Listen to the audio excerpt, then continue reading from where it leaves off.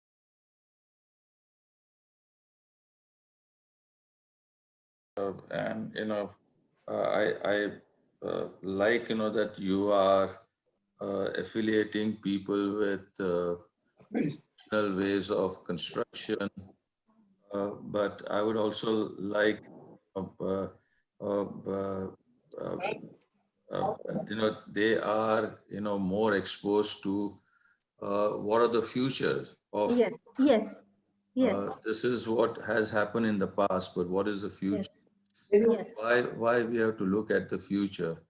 yes, yes, Anyway, yes. that's So enough. we are, sir, we are slowly developing. This is just the third year when the students have gone for internships, and we are, we have many more plans which are on the cards, and we are working on it right now. So Okay, okay. I think we'll begin, ma'am. Yes, yes, please. Yes.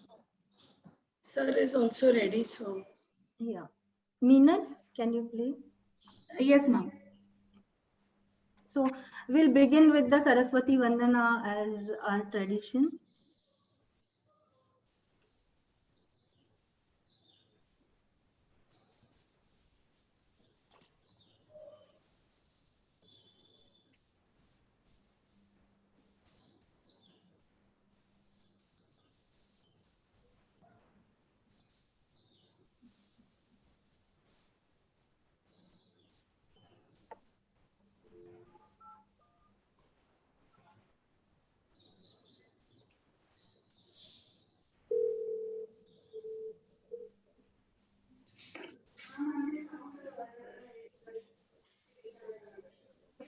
हाँ, ठीक, okay.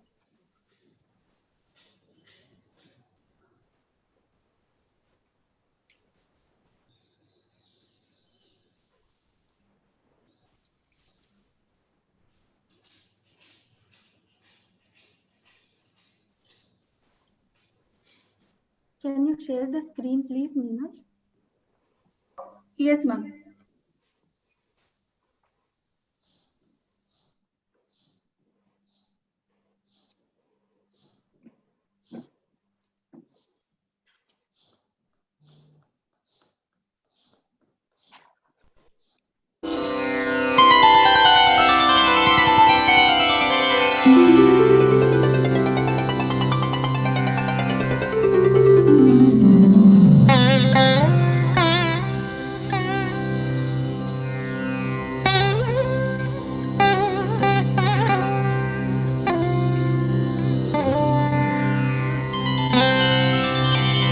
या कुन्देन्दुतुषारहार धवला या शुभ्रवस्त्रामृता या वीणावरदण्डमण्डितकरा या श्वेतपद्मासना या ब्रह्माच्युतं शङ्करं प्रभृतिभिः देवैः सदा वन्दिता सा मां पातु Saraswati Bhagwati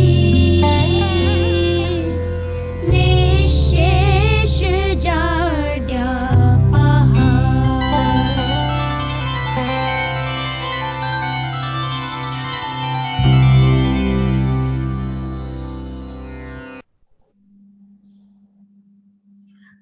A very good afternoon to all of you.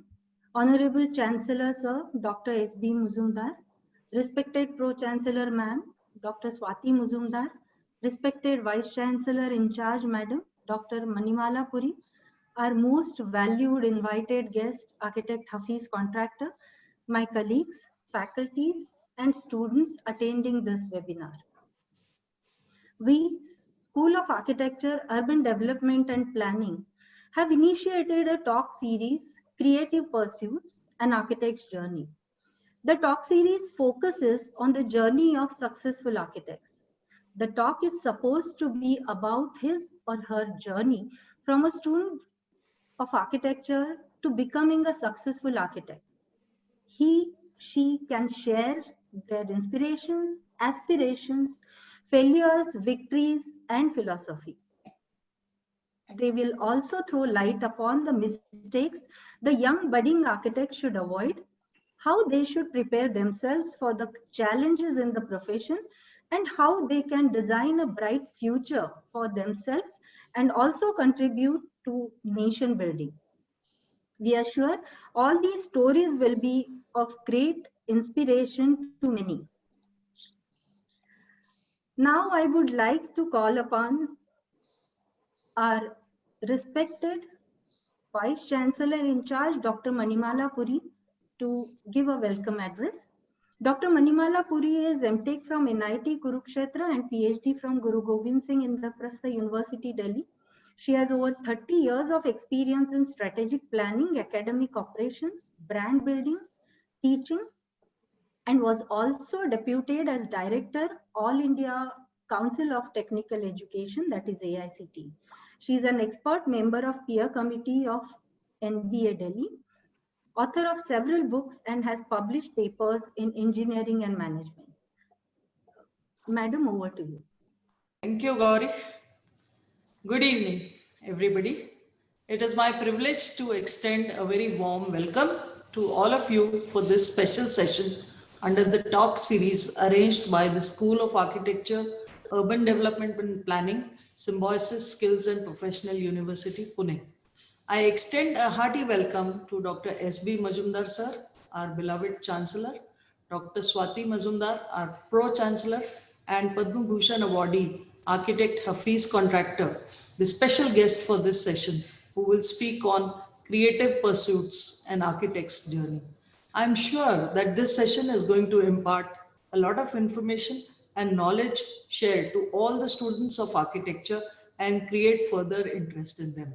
I welcome all the architects, guests, directors, faculty members, and students of SSPU and all other participants who are attending this program, and wish you a good takeaway from this program on creative pursuits and architect's journey.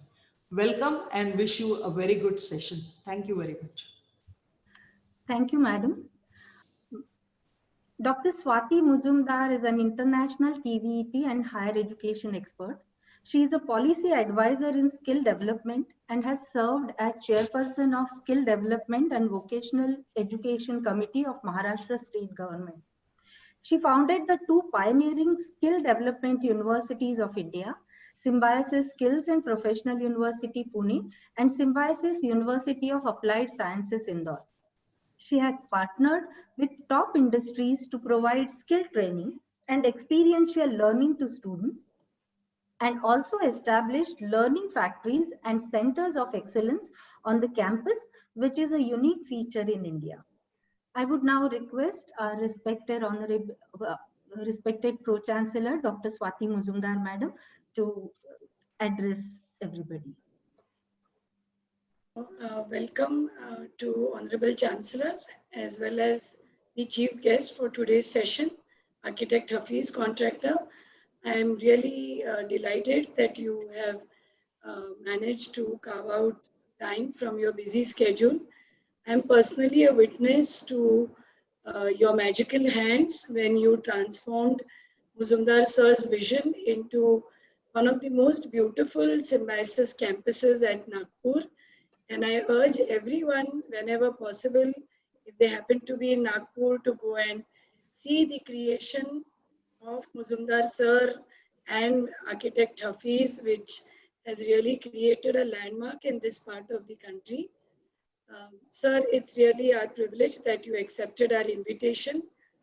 As I was mentioning to you before the session started, this university was created with the objective of developing skills along with knowledge, which is so much required to make students job ready as well as become self-employed upon completing their courses at the university. And this university was established as an act of the government of Maharashtra in 2017. So it is about 4 years old, and we have the third batch of architecture. Now the fourth batch is enrolling. It's a fledgling school, but under Dr. Gauri's leadership, it's doing very well. The students are extremely bright and talented. And as I mentioned to you, we are providing internships every year, which is again a very unique feature which gives our students a lot of hands-on practical training while they are still pursuing their program at the university. We are trying our best, even at the university, to focus a lot on giving practical training to the students. So more than 70% of our teaching learning pedagogy is about hands-on practical training. And as always, Symbiosis has been known for its excellence in education. We draw a huge legacy from our parent institution created by our founder and president. This university is also striving hard to not only develop that legacy, but also to couple it up with industry required skills, which will make our students completely job ready and self-employable entrepreneurs upon completing the architecture program. I'm sure that today's session will be not only informative, but inspirational to not only the students of our university, but hundreds of other students who have logged in today for this webinar. I hope that they have a lot to learn from your journey, from your experiences, and be able to succeed in their own chosen path of career. I once again thank you on behalf of Symbiosis and all the staff and faculty for taking out time. We do hope once this COVID pandemic situation is eased out, that you can visit personally, because to see is to believe, as they say, and more than ever so, because you are an architect of international repute, we would love that you come and see the piece of architecture that the university campus is, and give your suggestions and input to all the teachers and students at the university. Thank you, sir, and welcome again. Thank you so much, ma'am. Our Honorable Chancellor, sir, Dr. S.P. Muzumdar, the person who needs no introduction. He is the founder and president of Symbiosis, a multinational, multilingual, and multidisciplinary educational complex of repute, and also the president of Symbiosis Open Education Society. Realizing the importance of distance education, he established SCDL, Symbiosis Center of Distance Learning, which conducts a number of online courses and has over 2 lakh students from India and abroad. He is also the chancellor for both our skills universities. He is the recipient of many awards, including the prestigious Padma Shri in 2005 and Padma Bhushan in 2012 by the Government of India. He is also a recipient of the first Dr. APJ Abdul Kalam Memorial Award. Sir, we are blessed to have you here. I request you to please say a few words and bless us. Thank you, Gauri. Dr. Swati, Chancellor of Symbiosis Skills and Professional University,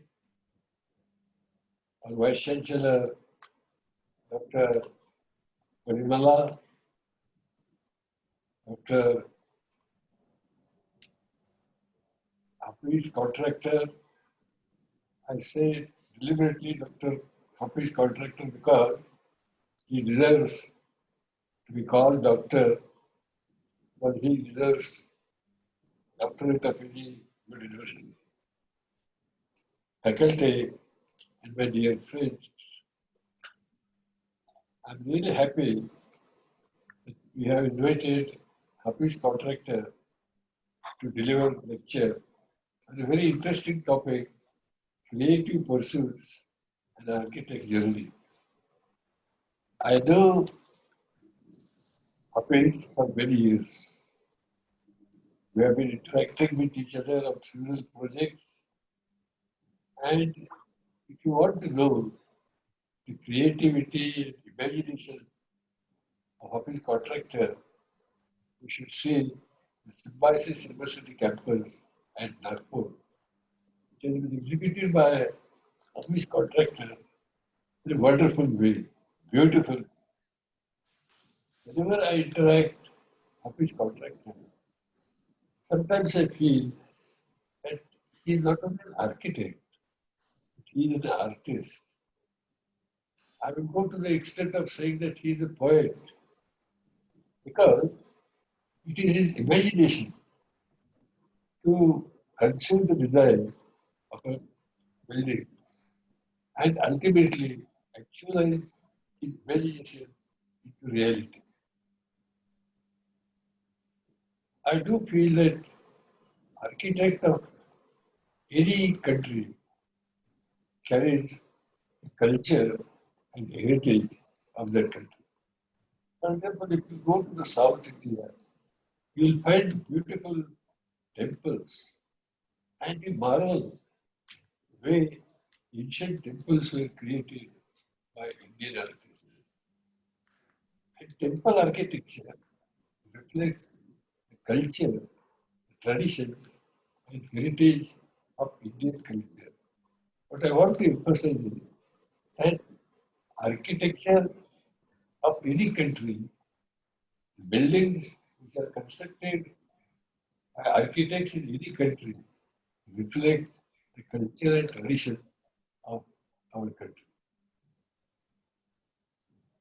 Therefore, one requires great imagination, a great, what should I say, a great insight, deep study the traditions and culture of that particular country. Now, when India was enjoying, what should I say, the beauty and ecstasy in the past, the art flourished. And therefore, building, buildings of palaces, the buildings of temples were created by whom? Not by students who had undergone formal education in any university. But I do believe that those artists, wonderful artists, creative artists, were, were responsible for creation of those temples and palaces by sheer skills which were emanated out of experience. And therefore I wonder whether architect the course should confine to classroom teaching. It is necessary therefore that one has to train under guru like Hafeez Contractor. Guru days, there was Gurukul system of education. There has to be a great sage or a rishi sitting in his ashram, and few students used to sit before him and take practical lessons from him. I am sure that Hafeez belongs to one of those architectural rishis of our country, because whenever you interact with him, you find a great erudition, experience, and as I repeatedly keep telling people, he has a wonderful imagination. Sometimes, whenever we used to discuss the plans of our building, he will take a sketch pen and on plain paper, he will do something. I was wondering what is he doing. But ultimately, what he was sketching on the paper was actualized in beautiful buildings. So I do feel that our students must not go through the books of architecture, but they should also study the great architects which country has produced. Besides, of course, studying our Indian culture. Take, for example, the invasion of Muslims changed the entire architecture. And if you ask me, in various eras, Muslims came, then Britishers came, and these foreign invaders also brought with them their culture, their traditions, and those cultures and traditions were reflected in architecture. So I would say that Hafeez Contractor, the one who not only imagines the plan of a particular building, but he has his own style, he has his own views about any building which he is going to construct.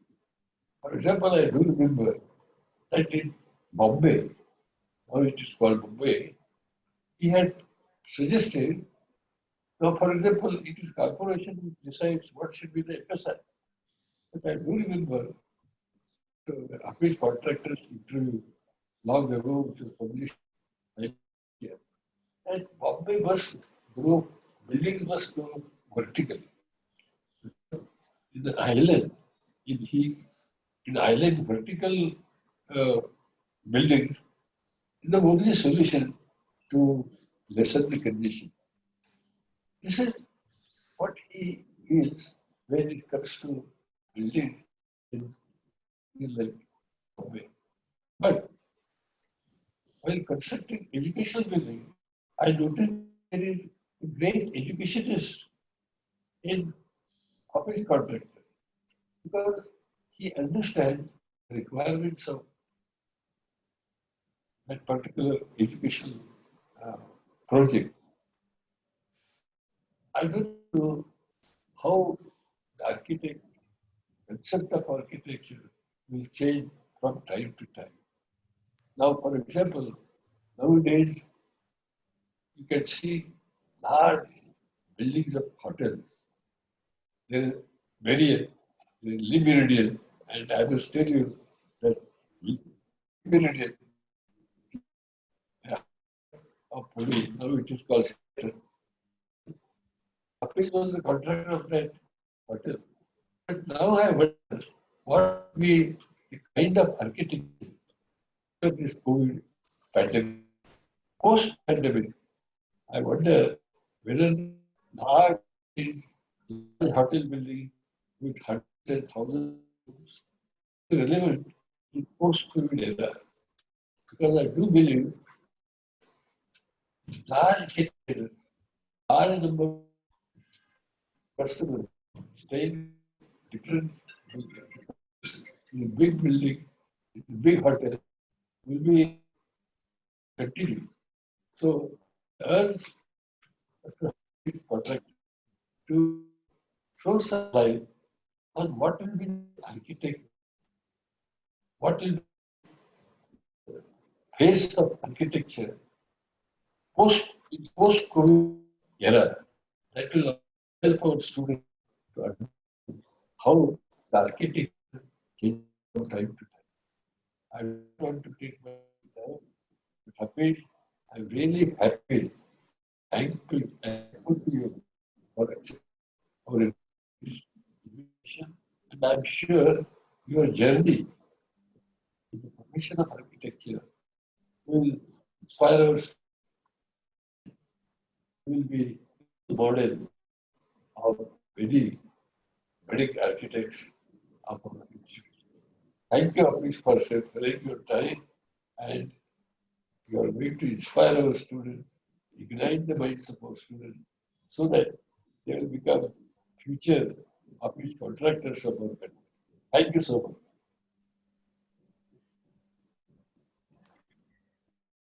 Thank you so much, sir, for the words of wisdom. Now it's time. It's my pleasure and it's an honor to introduce our today's chief guest, the one and only architect Hafeez Contractor. Architect Hafeez Contractor, who needs no introduction to the fraternity, completed his architecture studies from the Academy of Architecture in Mumbai and from Columbia University in New York. His education and career, however, began far earlier in 1968 when he worked as apprentice and later associate with Kharegar for a decade, post which he set off to establish his independent practice. The recipient of over 75 national and international awards for his contribution to architecture, also a recipient of the prestigious Padma Bhushan Award for his contribution in architecture fraternity in 2016. The architect, who has had his share of detractors and followers alike for his difficult to ignore creations, strongly believes that architecture should be honest and should respond to the spirit of time characterized by distinct ideas, disparate missions, contrasting convictions, and divergent preferences. Architecture should be based on current demand. The man behind Imperial Tower 1 and 2, Mumbai's tallest completed high-rises, looks up to Le Corbusier and also admires the structures and design of Ampey's Louvre Pyramid. Their designs are functional and aesthetic at the same time, he says of the two illustrious architects. Today, with over 4 decades of successful stint in architecture and innumerable projects to his credit, architect Hafeez Contractor had just not grown only as well-known face in architecture fraternity for his avant-garde and surrealistic designs, but also a man whose design approaches are in response to current demand. His vision has given a new meaning to high-rise construction in India. He believed that architecture should be honest and respond to the spirit of times. Again, I mentioned this, characterized by distinct ideas, disparate mission, contrasting conviction, and divergent preferences. Once again, a warm welcome from all of us, Hafeez sir. I now request you to please address all the participants. Over to you, sir. You want to do the presentation? Yeah. No. Good afternoon, everybody. Uh, Dr. S.B. Mazumdar, sir, founder, chairman of Symbiosis. And I must say that, sir, every time I meet you, I have to learn something new from you. And I always learn something new, and which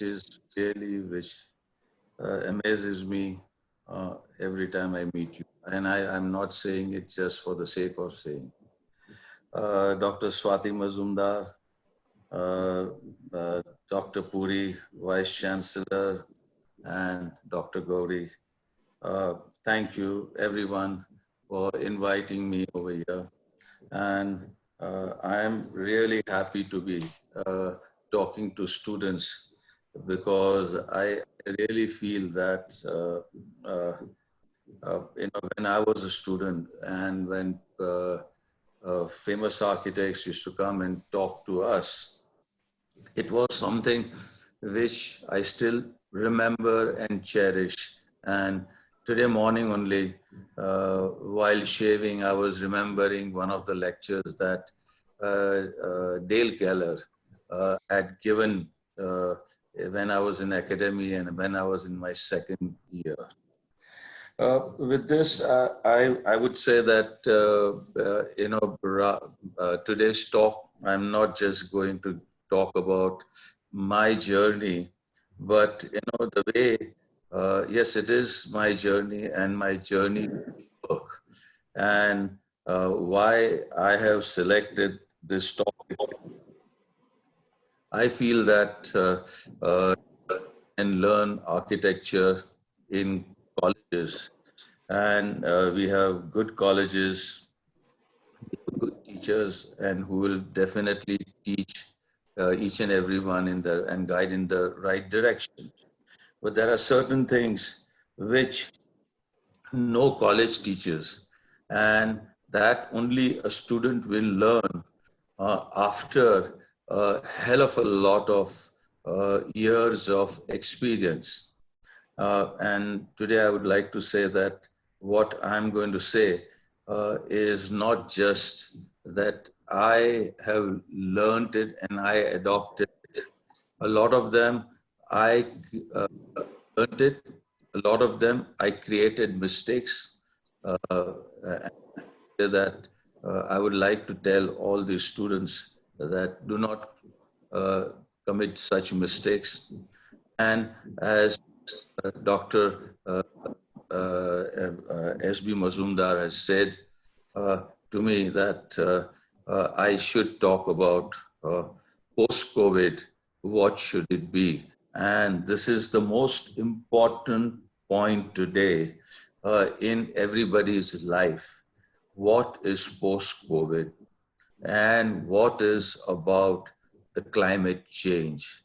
And that is going to determine the future of this world. So I would like to talk about that also. With this, if you allow me, I would like to start my presentation. Rather than just talk, I thought that being an architect and with all students of architecture, everyone would like to see slides and which talk about my buildings also and why I did and for what reasons I did. Everything for me has to have a reason. If it doesn't have a reason, then it's not the right thing to do. So whatever I have done is for a reason. Yes, there has been a God's hand which has always guided consciously or unconsciously. As far as I'm concerned, absolutely unconsciously. But that also has played a very, very important role. With this, let me start. Sir, you can share screen now. Yeah. Yes.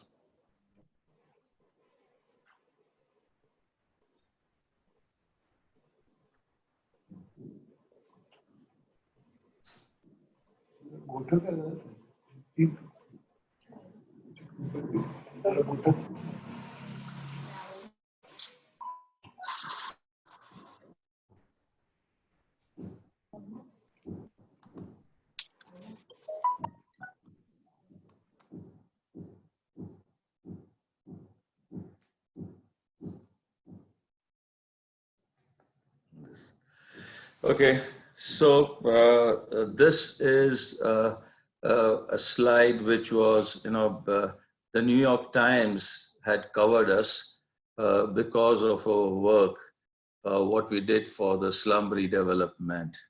And that's what they said, the man who draws India. And that is what the New York Times said it. And I was very happy that a New York Times had to write an article of 2 pages completely. And it's always, people in your own country would not appreciate, but people in other country have appreciated, which is, very, very heartening. Okay. I was not cowed out, or you may say that, when I came back from my school, no architectural college was even giving me a form to get admitted into architectural college. And when these are some of my works, which a lot of you can see it in different magazines. And as everybody knows that, I'm a proponent of high rise, because I always say that land is a precious commodity and which cannot be produced. Everything else in the world can be produced. And how to use land judiciously is the most important thing for a country like India. And large buildings, small buildings, everything, we take it in its own stride. Okay, but as a small kid, I always used to like designing. And in school, I always used to draw guns, tanks, forts, and that was my pastime. And I was not a good student. So when I was in the 4th standard, one day one of my teacher, Mrs. Gupta, beat me up and says, "You're not studying." But she said that, okay, but remember one thing, that when you grow up, become an architect, don't do anything else. So that was what I started with, but nobody was giving me admission. So I wanted to join the army, and my mother requested me, please don't join. So I said, okay, I'll join the police force. So she requested me that at least graduate, do your graduation and then join the police force. So I went to Jai Hind College. Jai Hind College was good enough to give me admission. And I used to take French tuitions from my cousin's wife. And my cousin was an architect, he's still an architect. And so one day he was not there, neither she was there. And one of the architects was drawing a window detail. And today we don't draw a window detail, we get ready-made windows. So when I told that guy that your window will not open, and we had a bet. And when my cousin came, cousin saw it, and cousin said that, "Oh, how do you know it?" I said, "This has been my pastime." He asked me to draw a window detail, which I drew it. Then he asked me to design a house, which I did it. So he told me that stop everything, join architecture today. With my another cousin, I got a letter of recommendation from Dr. Dallas. And with that, I went to Mr. Wandrekar, the principal of academy.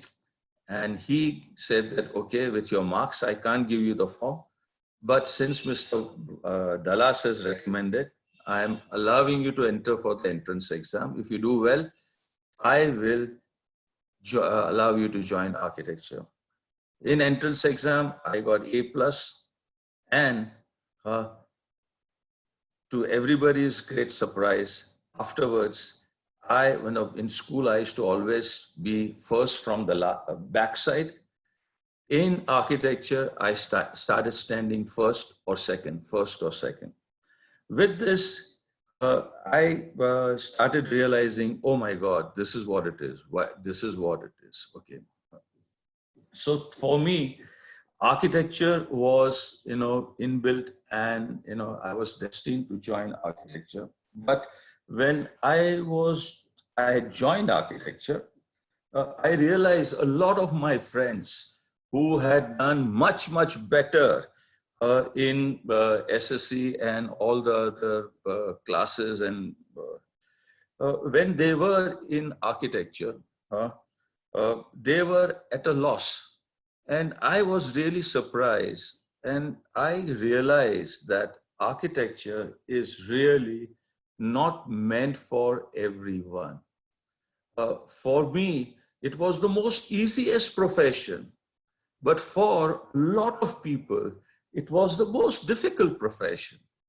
So it is because, it's not like other subject that, yes, you have to study, you have to do. But if you're not cowed for it, if you cannot imagine, God has not gifted you that imagination power, you can do what you like, but you will not be in the right place. So my advice, and this is what I used to give a lot of advice when I used to teach at academy.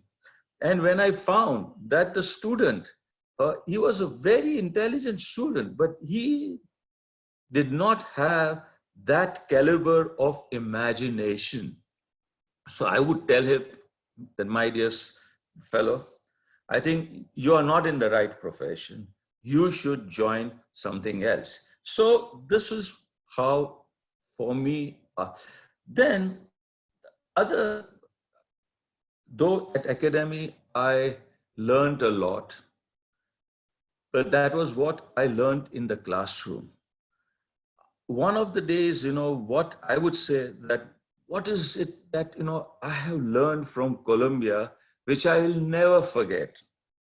At Colombia, we were supposed to give our handouts on the date that was given to us on day one. But one day, my teacher, Stan Eckstein, came to our class around about 10:30 in the night. And that was a little bit of a lean day. I had just left the class, and he came and gave a program that this is to be done. And tomorrow morning at 8 o'clock, which is the first class, you are supposed to submit it. I had already gone to my room. I'd gone to sleep. When I came back in the morning, everybody was running around, and I said, what's happened? What happened? He said, Stan had come last night and he's given this problem, and we are supposed to submit it at 8 o'clock. So I said, that's not fair. So I went to Stan, and I said, Stan, I had just left and you came and this and that and that. So Stan said, oh, Hafeez, it's okay. So I said, thank you, Stan. So Stan said, don't thank me. You get a 0 for it. I said, why? It's not fair. So Stan just told me one thing which I will never, ever forget in my life. And that you should remember. Stan said, Hafeez, just imagine there was a job going in the city. You are not there. You don't get the job. You get a 0 for this marking. My dear, I can never forget this. So be at the right place at the right time. That is the first lesson that I would like to tell you. Okay, you have to be there at the right place at the right time. Second, when I was working with Kharegar, at that time, times were very difficult, jobs were very small. And one of the ladies had contacted us from Pune. I remember she was a wife of one of the owners of a factory. And she came and told us that, Mr. Kharegar, I would like you to design a house for me. And very nice lady, beautiful, sari, everything. And we had designed a nice house for her. And we showed it to her. And she sat through the whole presentation. But she said, Mr. Kharegar, I'm not looking for a house like that. So we said, okay, let us meet, after about 6 or 7 days. And we did another design, and we showed it to her, and she still did not like it. But then after about 10 minutes or so, she opened her purse and took out a small cutting and said, Mr. Kharegar, I would like to have a house like this. And it was a Spanish bungalow, Spanish design. And my boss and my uncle said, oh, this is not what an architect does. This is not right, this, that. And she reluctantly, and unhappy, she got up and said, thank you very much. And she left. I told my cousin, why can we not design the way she wants? She wants something and we want to give her something else. This is not correct. And my cousin fired me and he said that, oh, you're not, this is not what an architect does. You're not a good architect, this. But I have not forgotten. And I always say that as an architect, you are giving service and you should be giving something with your caliber, give the right thing, but what the person desires and what he will be happy with. So this is another principle in my life. And I always compared, a lot of times, everybody compares an architect with an artist. But I'll tell you, an architect's profession is much, much more difficult than an artist. An artist will take any type of canvas. An artist can, whereas, an architect, you are supposed to have a plot, you're supposed to have bylaws, you're supposed to have, fire laws, you're supposed to have. Time is your constraint because the client has bought a plot, the client has invested, and he will want things faster. As an artist, I can take any amount of time. I can draw a person with two eyes or four eyes or one eye. I have, I can paint him red, blue, green. I have norms as an architect.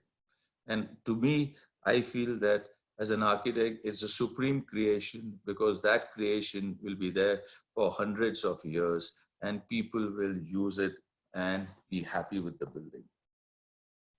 So as soon as I started, I joined the college, I was lucky that my college was a morning college. I used to go to college at 7 o'clock in the morning and my classes were up to 9:30.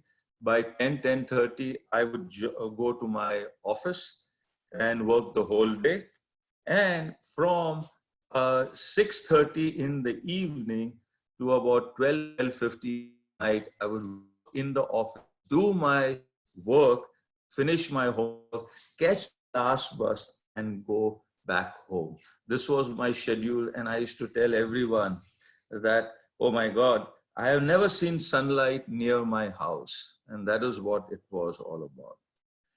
Now, after joining, I worked in Kharegar's office from the time I joined my college, and I was doing everything in that office. When the Pune was not there, I would sweep the floors. When the typist is not there, I will go and get the letter type. And when the boss was not there, I was the boss. So I did everything. But for a small misunderstanding of color scheme, I separated from Kharegar because I had recommended for a building black and white was the color scheme, and my boss wanted gray and white, and the clients selected black and white.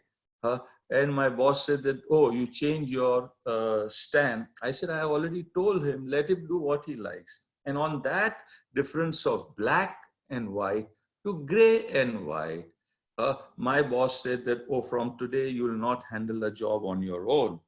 And I said that I used to come to office at 6 o'clock in the morning afterwards when I had started working with him. And so I said, Demas, when I'm coming to office, you're sleeping. When I'm leaving, you're already gone to sleep. I want to grow. I want to do more work. So then in that way, so he was unhappy. I separated. I started my office in 1982 with 2 people in the same premises where I am today. Today we are more than 600. So how it all started. The first thing that I have realized, and mind you, it is not that I was brilliant or anything, that I, before starting, I had all of these dictates already in my mind. But as I said that there was a hand of God which made me do certain things. And the first thing that I believed is to listen to your client. And a lot of times I have met clients who would be asking unimaginable demands. But I would tell in my own mind and say, my God, what is he asking for? What is he asking for? But I never said it. But as soon as he would leave, I would apply my mind. And I have realized that the most absurdest demand that a person is asking from you, if you apply your mind, you will get the answer. So first, listen to your client and what he wants, and don't rubbish his wants as absurd. No, they are not absurd. They are a demand, and that is a requirement. Apply your mind, and the mind will come up with the answer. So, very, very famous man of Pune, Rajneesh. Rajneesh ashram people one day came to my office.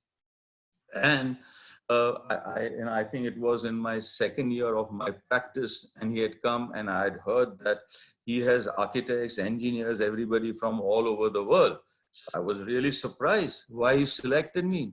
And 2 people came and says, oh, Osho has selected you and he wants you to design his new ashram. I was very happy.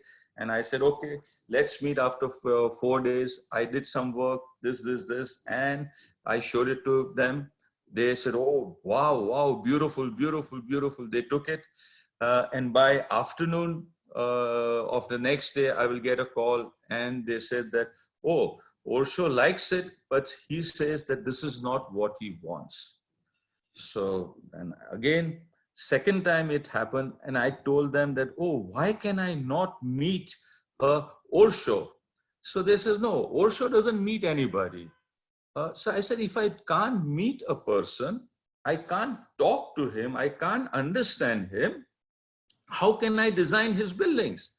So then next time they came up with a very thick book, and in that book, there was a small photograph as big as a stamp, a postage stamp. And on a yellow paper, they had written, Osho had written, black on black, blue tinted windows. And he said, they said that Osho has told you to read these on this paper and look at the photograph, meditate and design.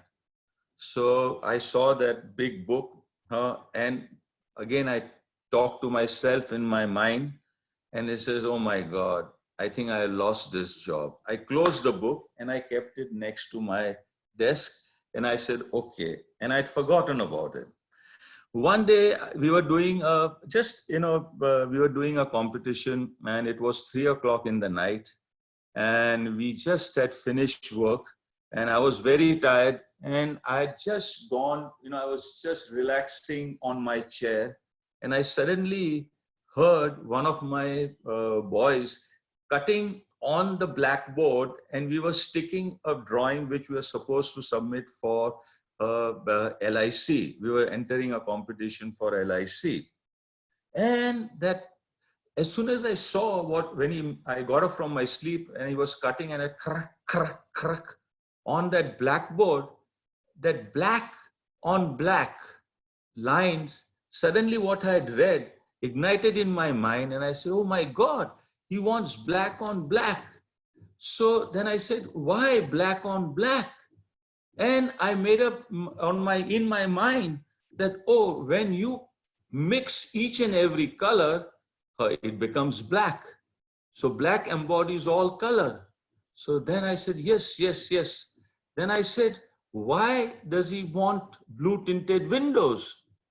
And I told myself, oh, maybe as the first God realization anybody gets, he will see a blue light. So I said, oh, it's the window from which you will see. So it's the blue tinted window. But then I had seen that photograph and I said, why does he, it was a barn house, an American barn house. The photograph was taken at sunset and it was looking like a pyramid. So I said, why that? Then I made up my mind and I said, oh, pyramids is the most stable form. And it's the pyramid in which anybody sits or you put anything, it stays for a longer time. At 3 o'clock in the night, I took a paper, I took black paper, cut it, I stuck it on another blackboard. I put those blue tinted windows. And at that time, there was no, flights or anything. So I send a man from 3 o'clock to 7 o'clock. The design was ready. 7 o'clock, I send the guy in a cab. At 3 o'clock, I get the phone call. Osho loves you. Osho wants to meet you. And that's how the whole love affair started. But I never met Osho. Whenever he called me, I had to do something else. And when I wanted to go and meet him, by that time he was not well. But unfortunately or fortunately, we could not meet. But I'm very happy. He used to send me words, oh, do like this, do like this. When I was doing landscaping, Jayesh would come and say, Osho has given you instructions like this and like this. So I said, what does that mean? So then I would interpret. He would say, oh, you interpret. So I said, oh, he wants bamboos and he wants mounds. He said, oh, sure. And that's how we used to do work. Okay. So this is what, these are my original sketches. And this is how it has turned out. All the buildings are completely black. We use black basalt, we use black granite, black tiles. And I have seen people coming and standing next to it and tears coming out of their eyes, and everybody loves it. And with this, then we did the Osho garden, which was a defunct nala, and we converted into a green space. But Osho is different. I always say that I work for people. And for me, architecture for the need and for the people and their likes and dislikes. And that is what is most important to me. I'm not an architect who will say that, it's like, if somebody is coming to your house to have dinner, it is your duty, and I'm sure everybody would inquire, oh, is he vegetarian, non-vegetarian? Then what are his likes, dislikes? And then you will definitely cook that food. But you won't say, oh, I like this, so I'm cooking it. You like it or don't like it, you go hungry. That is not a good host. So my approach to life, and life for architecture for me is life. And that is, I do and make my buildings where the client is happy and the future user are happy. So for people with different taste, for people with different beliefs, and people with different lifestyle, architecture has to differ as the person is different. Say I'm doing a house for a person in Jaisalmer, I will design it differently.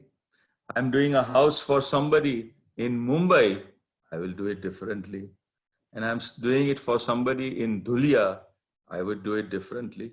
And the same thing, because their beliefs are different, their tastes are different. You have to understand the person's taste, person's belief, and his lifestyle. And that is a true architecture when you cater for all of that. This is, I always give this example in my initial years when I had got a job of ITC Grand Maratha, and I was doing the job for Hyatt Regency, 2 hotels just across the street in Sahar. And one fellow ITC director wanted it a traditional architecture of Mumbai. And I asked him, sir, what do you mean by traditional architecture of Mumbai? So he says, oh, you've seen those high court buildings? I like that kind of an architecture, and that really is representing Mumbai.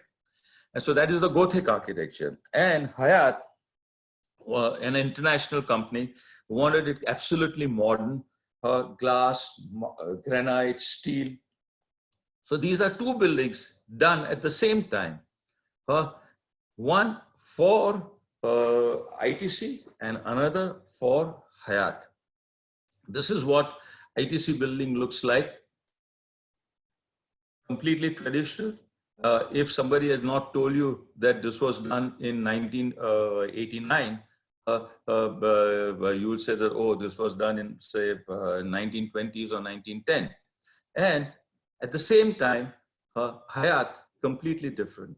This is what every architect should learn, that as per the appropriateness of the image of the client, you must change your style and you must do it very, very appropriately.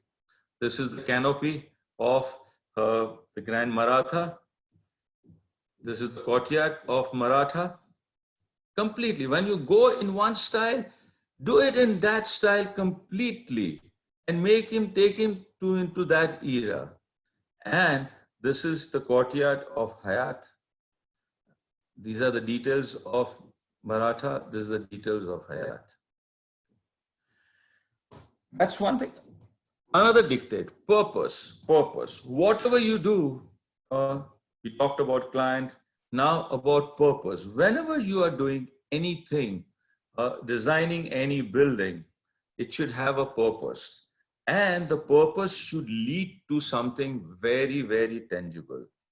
So when I had started my practice in 82, in 82, there was no Maiwan, there was no precast, or there was, but it was done in a very small manner. Everybody used to have RCC frame structure and panel walls. And everybody used to do 9 inches brick wall. But every wall would leak. And every client would come and complain that, oh, my walls are leaking. And whatever we would do, because the way people used to do work, everybody will want the buildings to be done very, very fast. So workers would not take that much of a care while plastering and filling up the gaps. So it would leak. So that was on my mind. And I said that I must do something by which I can stop this leakage. But I have also realized one thing, that whenever you tell somebody to do something, yes, it is going to lead to a better and safer architecture and safer ways. But at the same time, if you want people to change also, you should show them something more tangible. And what is more tangible is money. So what I did, left hand side, what you see is a 9-inch brick wall, which was being done all the time. From 9 inches, I made it into 4.5 inches. So I saved 4.5 inches, and that will go into my carpet area. And I made another 4.5 inches wall after 2 feet 6 inches, which was allowed as per the bylaws. So I cladded the whole building with like a raincoat. So that 4.5 inches would stop the water, and my another 4.5 inches wall, which is inside, will always be dry. So I was giving to my customer a proper house which will never leak. And I gave my builder another 4.5 inches, which is an extra carpet area at the same built up area. So that became so famous, and it was called the 2 feet 6 inches architecture. And in that, I stopped doing chhajjas. I could do box windows, so people will be protected. So in summer, his house is cooler. In there's hardly any winter, but in winter it will be warmer. And in rainy season, it will not be damp. So this was the first thing that I did, something for a purpose, and the double wall concept came into the Mumbai architecture, and everybody started talking about the 2 feet 6 inches architecture, and each and every builder started adopting it. Okay. With this, the first client, one of my first major clients was, Hiranandani's, and for them I built this beach classic, and that was with the double wall concept. Okay. After Beach Classic, the Hiranandani's gave me a job at Powai. Nobody had heard of Powai at that time. The only time we used to hear of Powai was that Mr. Singhanias used to always have a party on New Year's Eve in his bungalow at Powai. So we had heard of that. I went to Powai for the first time, and what you see on top is a barren land. It was all a quarry land, and some few palm trees were there, and they also used to break because they had gone so old. So the first thing we started was that we should do complete forestation, and they gave me a job, one small plot, pretty small but quite long, and they said that we would like you to design a building over here. Now, nobody had heard of Powai. So the first thing that came to my mind was, how do I put Powai on the map of real estate in Mumbai? So when everybody over there was doing a ground and 2 upper and ground and 4 upper, and nobody was going more than stills plus 7, I did a 22-story high building. I did a building 900 feet long. And though each and every flat over there was 2 bedroom and 3 bedroom, I made 90 different alternates for that. I gave someone, a deck, someone, a double height, somebody, I made his flat slightly bigger, somebody smaller.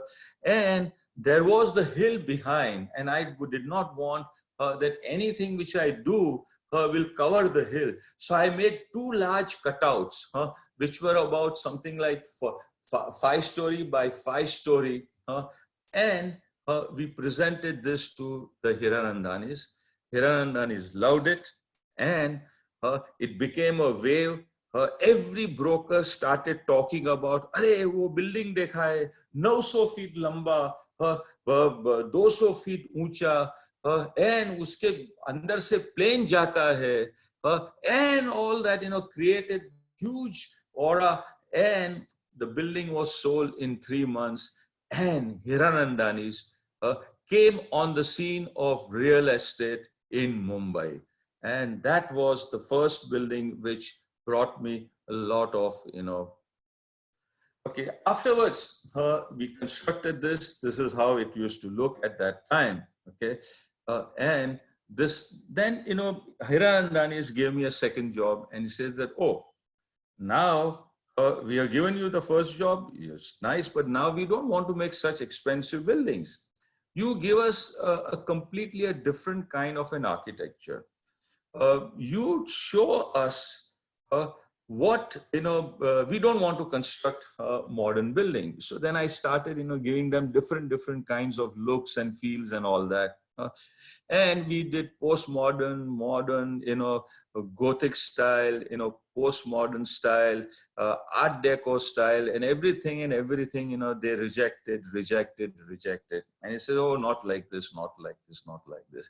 One day, Surendra was in my office, and we were talking, and then I came up with an idea, and I said, Surendra, how about giving palaces for an ordinary person, palatial building for an ordinary person? So he says, what is that?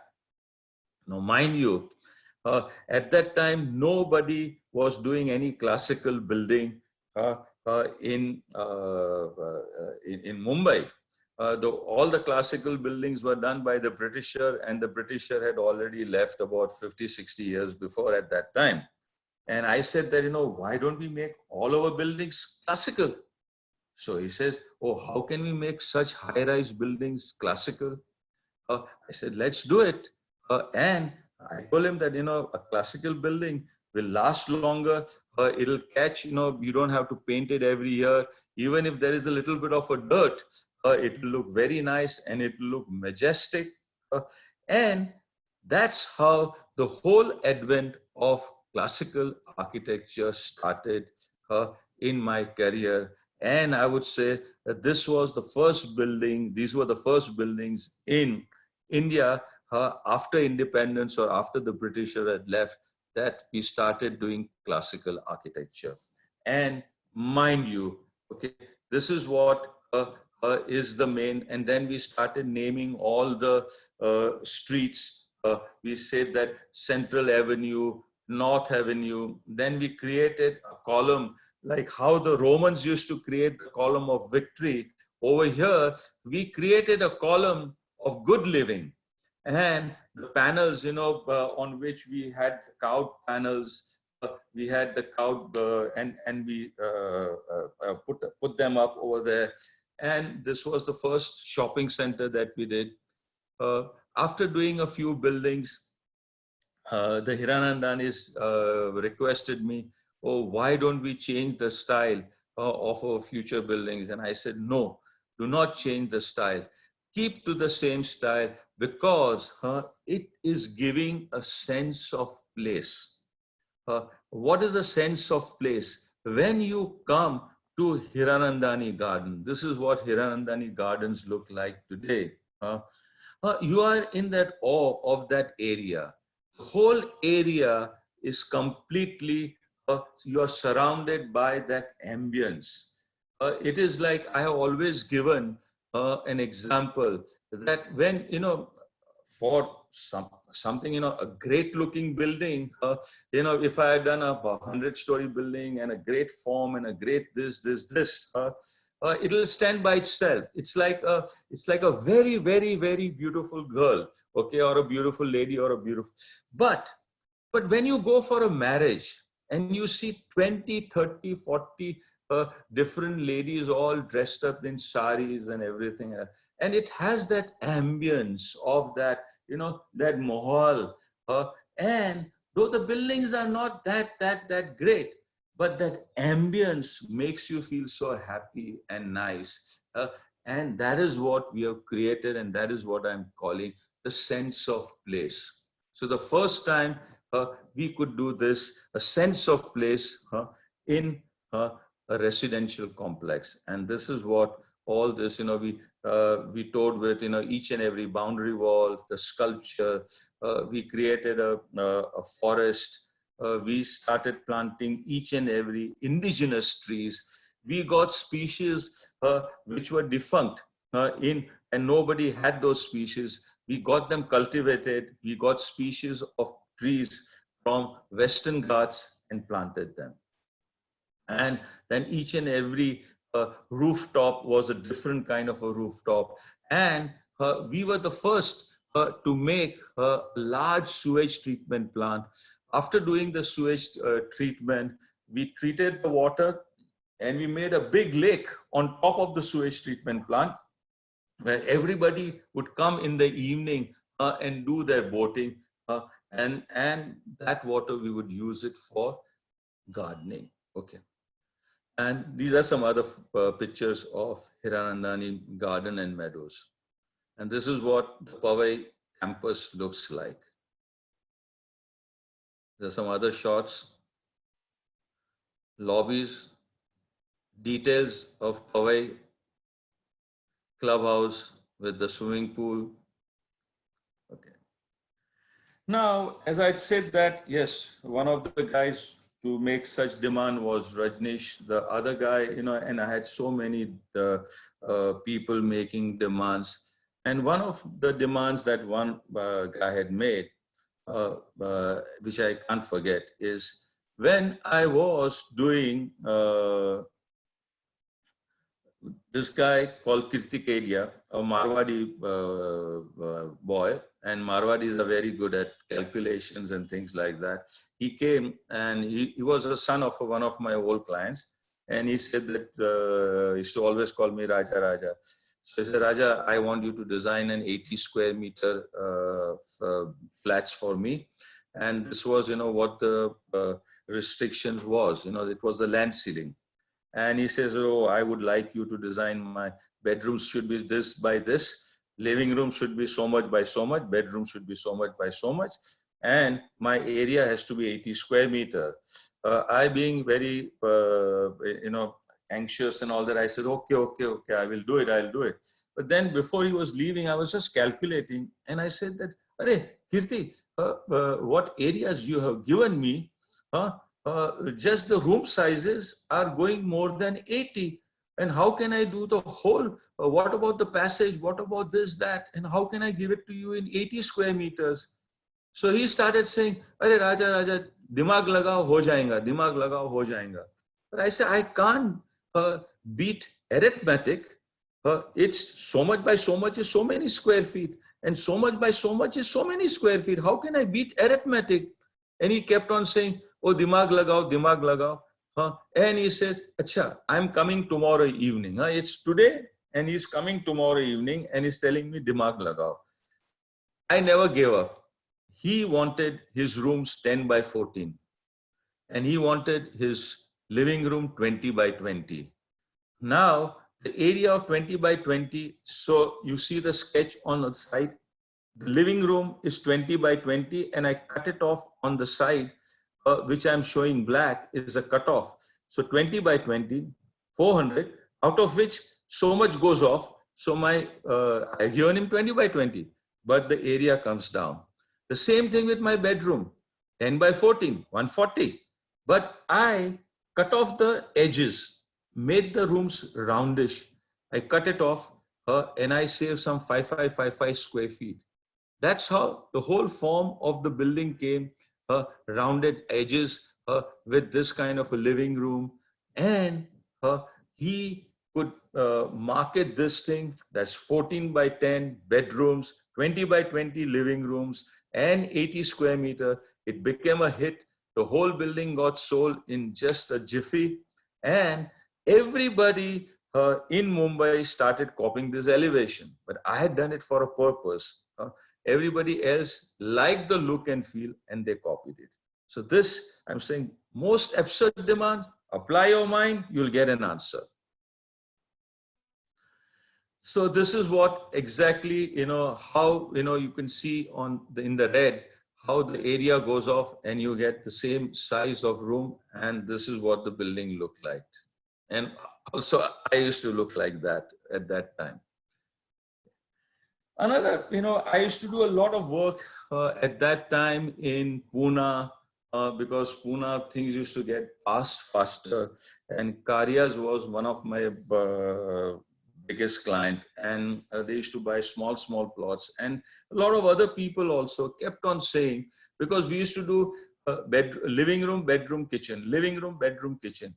But everybody wanted it different. Everybody wanted something completely different.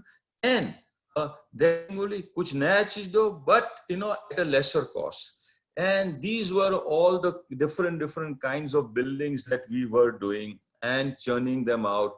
And people used to love it. But everything, like say the Indraprastha in Mumbai, the builder wanted something ethnic. but modern. And this is what we did. Each and every project was a real success. This is what I did for Karyas, and why I did this pitch roof, because just opposite to that is the municipal building over there, and it had those huge pitch roofs like a lot of Pune buildings have it. And when I was building opposite to that, I said that I must respect that building. So I also made a pitch roof. But then my client would not like to have the pitch roof because it is more expensive.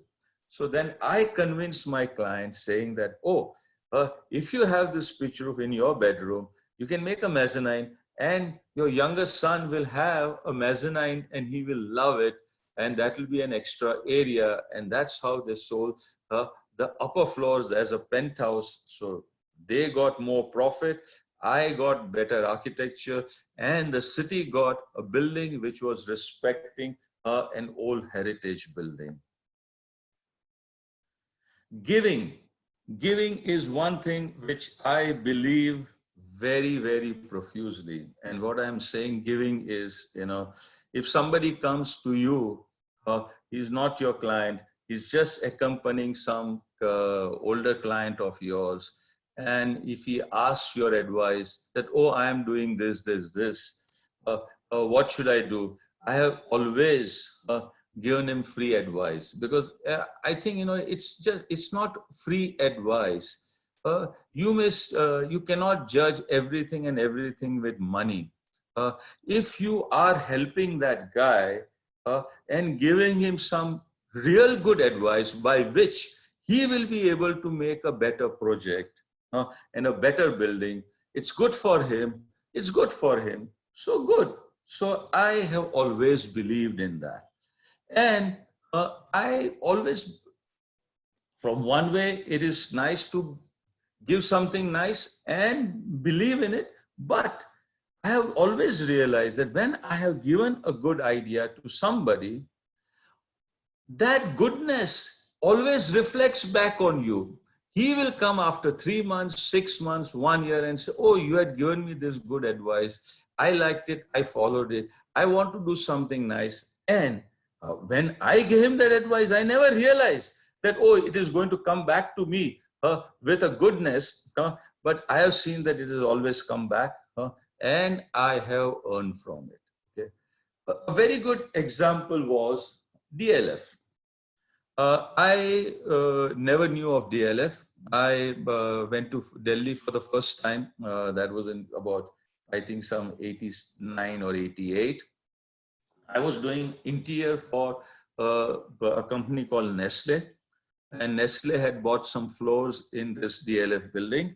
So I finished the meeting with them, and then I was sitting, I had nothing better to do. At that time, there was only one Indian Airlines. So I had my ticket in the evening. So I was just sitting under the tree and, I was relaxing. And the client came, Mr. Rajiv Singh, and they had already dug up the foundation. And so he says, hello. I said, hello. So he says, what are you doing? So I said, I'm Hafeez. I just come for, interior of Nestle. And I finished my meeting. So he said, oh, then he said, oh, why don't you come and sit inside my office? It's an air-conditioned office. So I went inside, and then he's showing me his building and says, oh, this is how I'm going to design my building. So I said, very good. Then he asked me that, what do I think about it? And he was cladding his building in red agra, and he had punched holes and things like that. And then he showed me the perspective of his entrance lobby. And he says, what do you think of it? So I said, I would not do this like this, because, he had mirrors too on the parallel side. And I said, it will look like a barber shop. And this was, again, I never knew that he will call me for something. So he says, oh, what are you doing? I said, I'm waiting. My flight is in the evening. He says, can you meet my father? So he called me and asked me to meet his father in the afternoon. I met his father, gave him my ideas. His father liked the ideas. So I did the design and gave it to him after a week. And I told him, okay, you ask your architect to follow that. Luckily or unluckily, I would say luckily, his architect never followed it, and he says, "Oh, I won't do it." And Mr. KP Singh asked me, "Oh, will you follow your ideas and complete this building?" Which I did. Today also, after so many years, 30 years, the building looks just the same. And this is what was a starting point for me for DLF.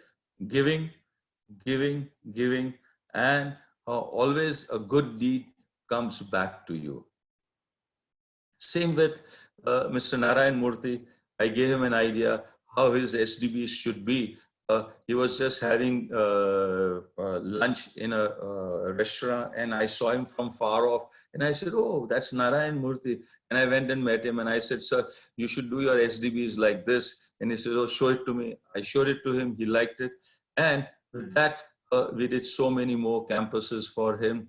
I've done something like 7, 8 campuses for him. And these are some of the shots of one of the campuses that we have done for him. And mind you, Mr. Narayan Murthy has been a very, very nice client. And so are all my clients who have been very, very nice to me. Okay. And that's the dining hall. This is in their Bangalore campus. Over here also, it had a great thought about, because this building was covered by all other buildings and it had no approach. So when they asked me to design a large SDB, which was more than 1.5 million square feet, one building, I said that, when somebody comes over here, what is it that, this SDB is going to do? So he said, "Oh, it's a banking SDB." So I said that, if somebody is coming, you can see the person in the center of that circle. That's the scale. And when the person is going to walk to that building, then the whole thing would open up into a screen and say, "Welcome this person, this, that. And that's how he'll be welcome. And then what software we are going to show it to them, this will come on this huge 80 feet diameter screen. And that is how we designed the whole building. But unfortunately, when we took the estimate, it had to change because it was getting too expensive. Projon, another building for Mr. Narayan Murthy, another campus. And this is how we used to design for Mr. Narayan Murthy. He would ask me to design a building, give me about 8-9 days. So by the time I'm returning back in the plane, and I always find that, in the plane is the most comfortable place because nobody is there to disturb you. So this is how I design in the plane. And next morning I come to my office, and this is the Share Bazaar, paper, because on that you draw with small prints. The drawing comes out quite well, and I give it to my associate. And in 1 week we show it to Mr. Narayan Murthy, and that's how the whole building. And you can see his signature on the upper. And in 1 week he will ask us to start the building. If he's approved it today, next Tuesday, the building should start. And that's how we did all the buildings. And this is some of the buildings that we did for him. But when he asked us to design a global educational center, okay, I thinking that, Mr. Narayan Murthy always likes a very, very contemporary building. So we had done a contemporary design for him. And after looking at it, he said, "Very good, very good, very good." But then he asked me, "Hafeez, have you ever gone to Rome?" I said, "Yes, sir, I have gone to Rome." Then he says, "Oh, I would like my building to be like, old fashioned, like, how you see Harvard and Yale and all that." So I said, "Yes, sir, that's called classical." He says, yeah, Roman. And he asked us to design a building in a classical style, and which we did. And the one on top is a building which is, we have designed, just about 2 furlongs away, which is a contemporary. But when he wanted this in classical style, we did it. And today also, whenever anybody comes, to meet him, he drives with him and shows this building, not any other campus, but this building. And I can tell you that I have more faith in classical style as far as look, feel, and everything. And Dr. Majumdar also knows about it. We have just done a campus for Dr. Majumdar also in Nagpur, and I'm waiting for it to get completed so that from next time I will be showing those photographs also, how a classical, this is only one building, but over there, the whole campus, the axis, how the axes are done, how each and every building is complementing each other. And what a fantastic, power this style has got. So Dr. Mazumdar, from next time, when your buildings get over, they will also be part of my future presentation and how we achieved it. Thank you, sir. Thank you for giving me that opportunity of designing your campus in Nagpur. Thank you, sir. And this is how it looks in the night with a musical fountain. I have seen in Infosys, with this, we did a hostel for 10,000 students also over here. And on each and every week, they have one day where all the parents can come and visit their students, and they all sit over here in the evening and admire the building. This is how, the scale of the building is, the size, the column, and these are some of the interior photographs. How each and every detail inside also is classical, which, really carries the building much, much better, because it's not only the outside, but inside. So the person is completely engulfed in this style. And it was inaugurated by Mrs. Sonia Gandhi ji, and how everybody was told that, oh, she is going to be here only for half an hour. When she came, saw the building, she was there for more than 3.5 to 4 hours. We were told that nobody should offer any cup of tea or anything. But to our great surprise, she sat with us, had lunch, and when she was leaving at 3 o'clock in the evening, she said that, oh, I'm really feeling very sorry that I have to leave this space because I really love this place. And this is what she had said. And right now we are designing the Congress headquarters in Delhi. My love for, I have always thought that in Mumbai and in India, we are very, very short of housing. And I always said that more than half the population of India and more than half the population of Mumbai do not have appropriate houses, and they live in slums. And because of that, the productivity of our Indian population is not at the peak.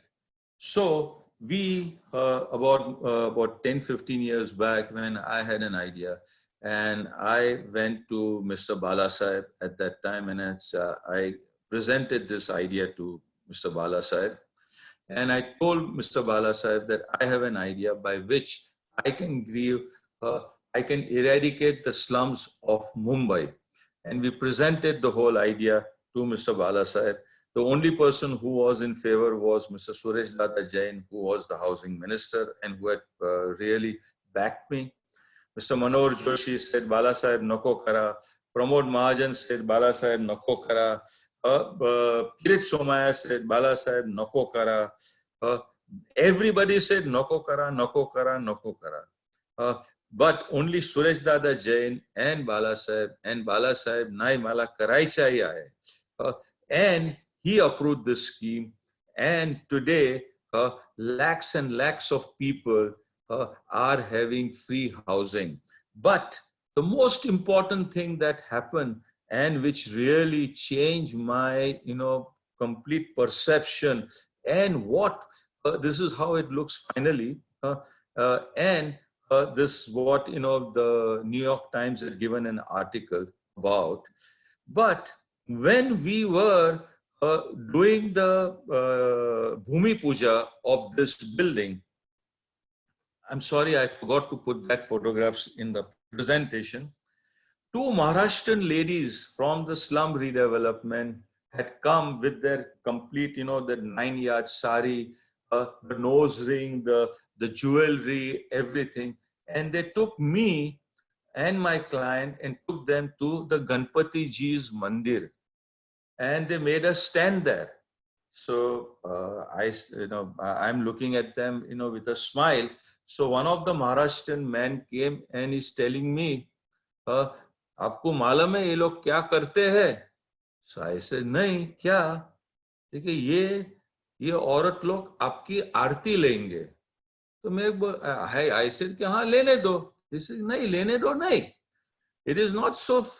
He says, we Maharashtrian ladies do not take aarti of anybody. They just take aarti of God and their husband only. So then I said, then why are they taking aarti of me? So one of the Maharashtrian ladies listened and she says, do you know what you have done to us? Up to today, we cannot go to toilet after sunrise. And we cannot go to toilet before sunset. You will be giving us pakka houses with water and toilet. You have changed our life. And I could not imagine when she said that we cannot go to toilet after sunrise. Can you imagine when you want to go to just to pee? And you cannot hold it for more than 15-20 minutes. These ladies, because of the situation, they were holding on for the whole day. And I could not think of it. And today also, we are working on slum clearances. I have given schemes to the government, to the central government, to the state government, how to eradicate Dharavi, how to eradicate each and every slum, and we will definitely succeed. And this is what we made those buildings afterwards, and this is. But I have always been in love with high-rise, but my conviction for high-rise in India is that we are short of land. And we, in India, our urban areas are taking more land. We are more than 11% of our urban areas are in urban land. Whereas we are depleting on our forest land, we are depleting on our farmland. We have to condense our cities. So that is why we want to go higher in India. But in Dubai, it's a different thing. It is the show. It is glorification. And some of the buildings that we have done in Dubai, this was more than 400 meters tall. This was the tallest residential building in the world for more than a year. Then it was defeated, but we are very proud that we made this building in Dubai, and it's a very nice building, and I like it. It is more than 25 FSI, and I sometimes wonder why other countries can give that FSI with not even 1/100th of our population, and why our politicians are restricting our FSI, which is a very sad thing. And we are fighting for it, that our FSIs for all our cities should increase so that we can house each and every Indian with a pakka and a proper house. Some of the photographs of the building. In the night, okay, the fourth dictate, reinvent yourself, reinvent yourself, reinvent yourself.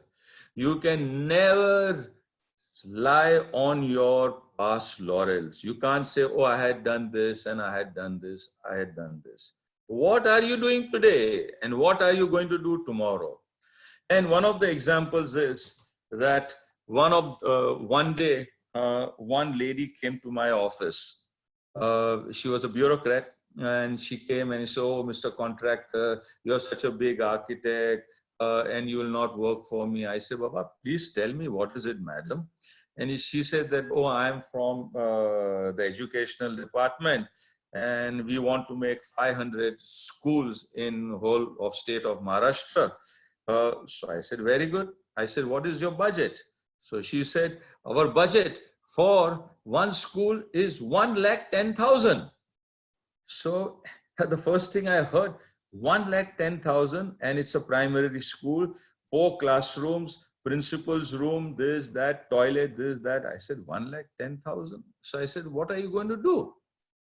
She says, "Oh, I know 1,10,000 is a very small budget. So we are just going to make a room, and the students will be taught in the open air. And in the evening, they will put their slates and pens and all of that in the room. The teacher will lock that room and everybody will go home." So she sat with me and I said, "But if I can give you a school in 1,10,000 with 3 classrooms, a place for a teacher to sit, cupboards, everything, and 2 toilets and a compound where all small kids, in a village, they can keep on running, and no harm will ever take place." She was very surprised and she said, "How can I do that?" So then I gave her an idea and I said that, all these schools will be done in villages. In villages, you have lots and lots of stone, you have lots and lots of rabbit. So we made the wall, you see the section on top, we made a nice 6 feet thick wall. We made it 5 feet high.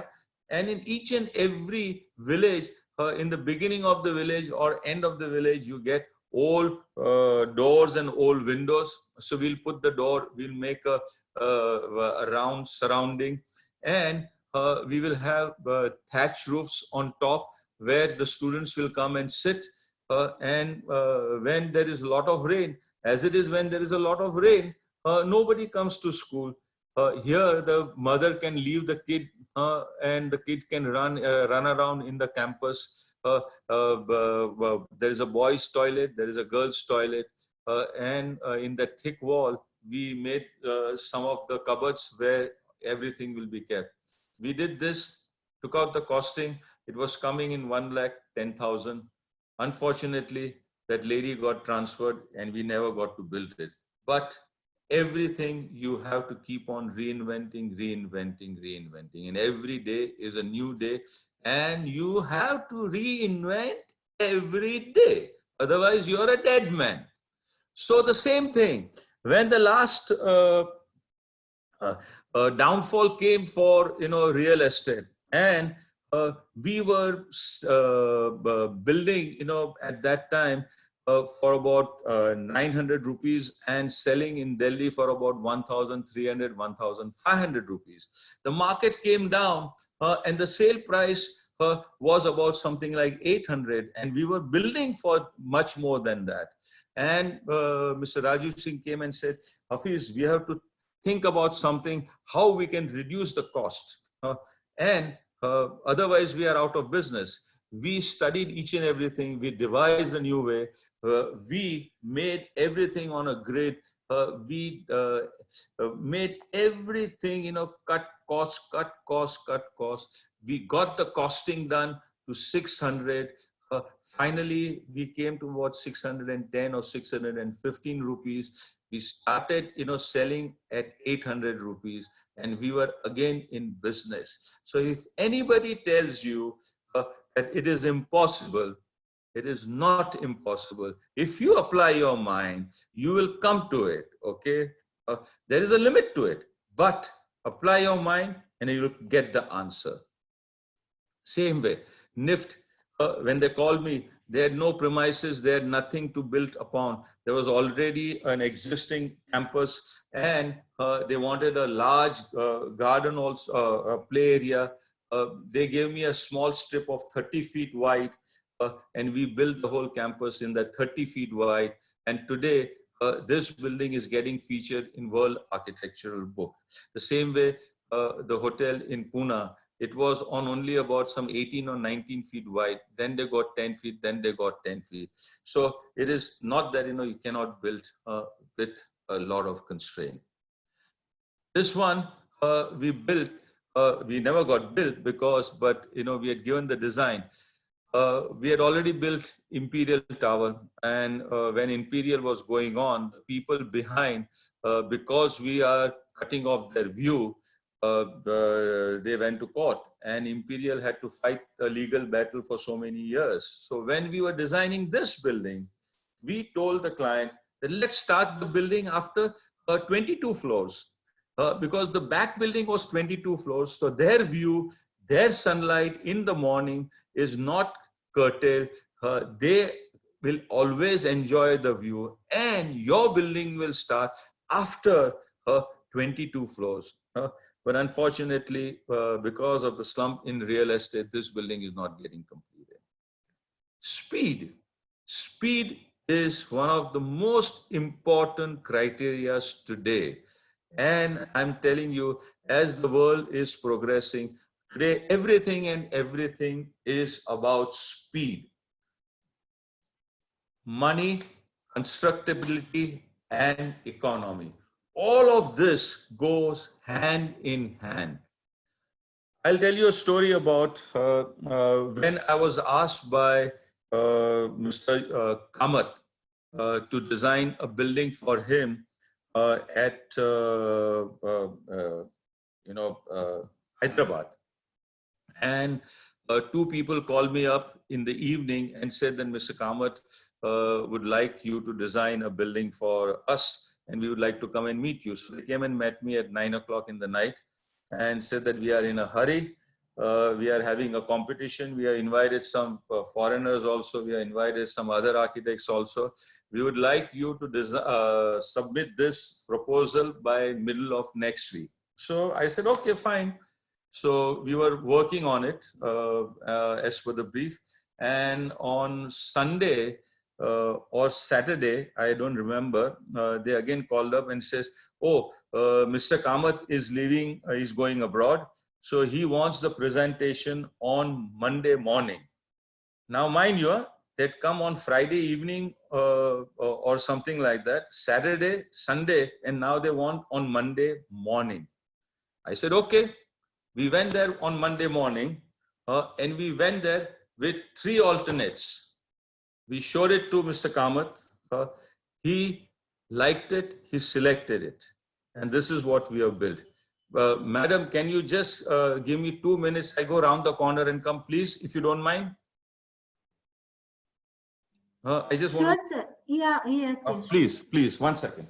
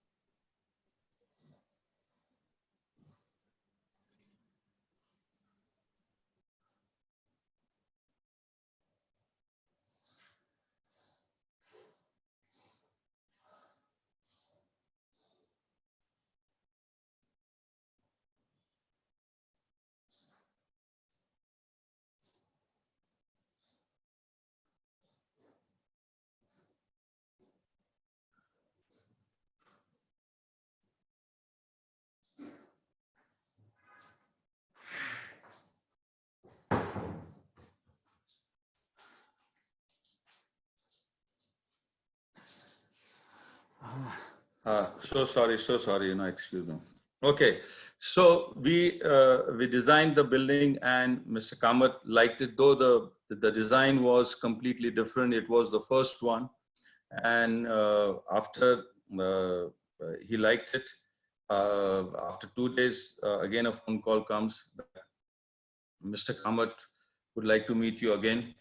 And when we met, Mrs. Morporia said, "Oh, I don't like this design." And Mr. Kamath and I sat on the table, and we made this new design on the table on an envelope. What I'm trying to say that you cannot just say that, "Oh, I will take so many days and I'll come after another 1 week and 10 days." Time flies very fast. And finally, this was one of the largest buildings that we had done at that time. It was 4 million square feet. It had about some 33,000 car parks. Each and every floor plate is 2,20,000. It has got 60 elevators, some 80 escalators. It had the highest curtain wall, structural glazing. And it's a fantastic building, and this is how it compares in the amount of steel. It has so many car park, two-wheelers. There are 22,000 people in it. It has a 300-room hotel. It has a 2,000-room auditorium, and the works. Okay, and after completing this building, we were supposed to replicate this building all over India. And when we were having the inauguration of the building in Ahmedabad, this is what, and we were told that it is the same building to be repeated. Mr. Modi at that time was the chief minister. Mr. Modi is sitting on the dais. Mr. Kamath is sitting on the dais, and I am in the first row. And I see Mr. Modi talking to Mr. Kamath, and Mr. Kamath is doing with his fingers, and he called me on top of the stage. I went there, and he's telling me that Mr. Modi wants this building 100 feet taller. And so he's looking at me and he says, "Can you do it?" I said, "Yes, sir, I can do it." But he says, "Oh, no extra cost." So I said, "Okay, sir, no extra cost, but little bit more." So I took the inauguration pamphlet and I drew it on top only when they were both sitting. And this is the sketch I drew. I made this pinnacle and I said, "Sir, 100 feet more than the existing building." And he looked at it. He showed it to Mr. Modi. Mr. Modi approved it, and the building was approved. So this is what I'm saying: speed, speed, speed. Speed is the word, and that is what will get you. But unfortunately, this also, because of a slump in the market, it never got started. It got started, but it had to be shelved. And this is another one which we are doing. We just completed. It is 11 million square feet. It's the largest building that we have done. It has got 6,000 car park. It has got large halls. It has got an auditorium. It has got offices. It has got convention center, shopping mall. It's the works. Everything is there. Now, another thing which has always come to, and I have learned it very, very, I would say, at a lot of expense, and that is we have, whenever you go to meet a client, unless and until you know his mind completely, you have to go with options, options, and options. And why we do that? Because you may think that the client will like this, but in the client's mind, it's completely different. And unless and until you give him options, options, and options, okay, he will not be able to make up his mind.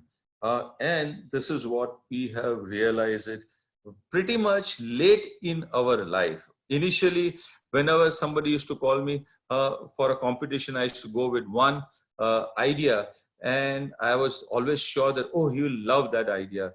But if I did a square building, he would say, oh, I always wanted a round building. And if I did a round building, he says, no, no, no, no, I want a very practical and a square building, and things like that. So when we were doing a competition, and we always believe that when you come to architect Hafeez Contractor, it is like, you know, when you go to buy a sari or a dress material, how you want, no, mere ko dikhao this, mere ko dikhao this, mere ko dikhao this.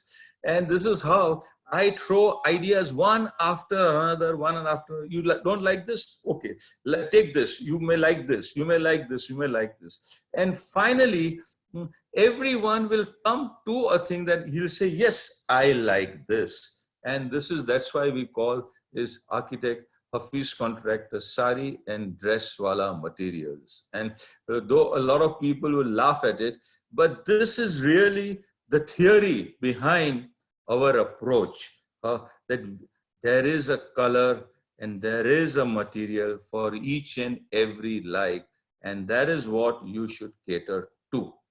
So when Bharti, Airtel people call me to design their headquarters, and I knew that there are three brothers, so each and every brother will have a different opinion. And when we went to show them the building, I had taken 30 alternates. Because I knew that he was a very, very difficult man.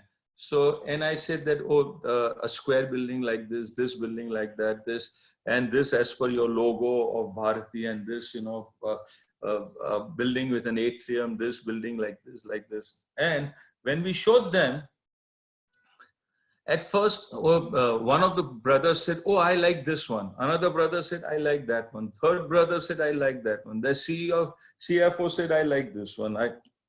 So out of 30, they selected 10. And in the next meeting, none of the other brothers were there. Only the eldest brother was there. And one of the CEO was there. And from 10, they came to 3. And finally, they came to 1.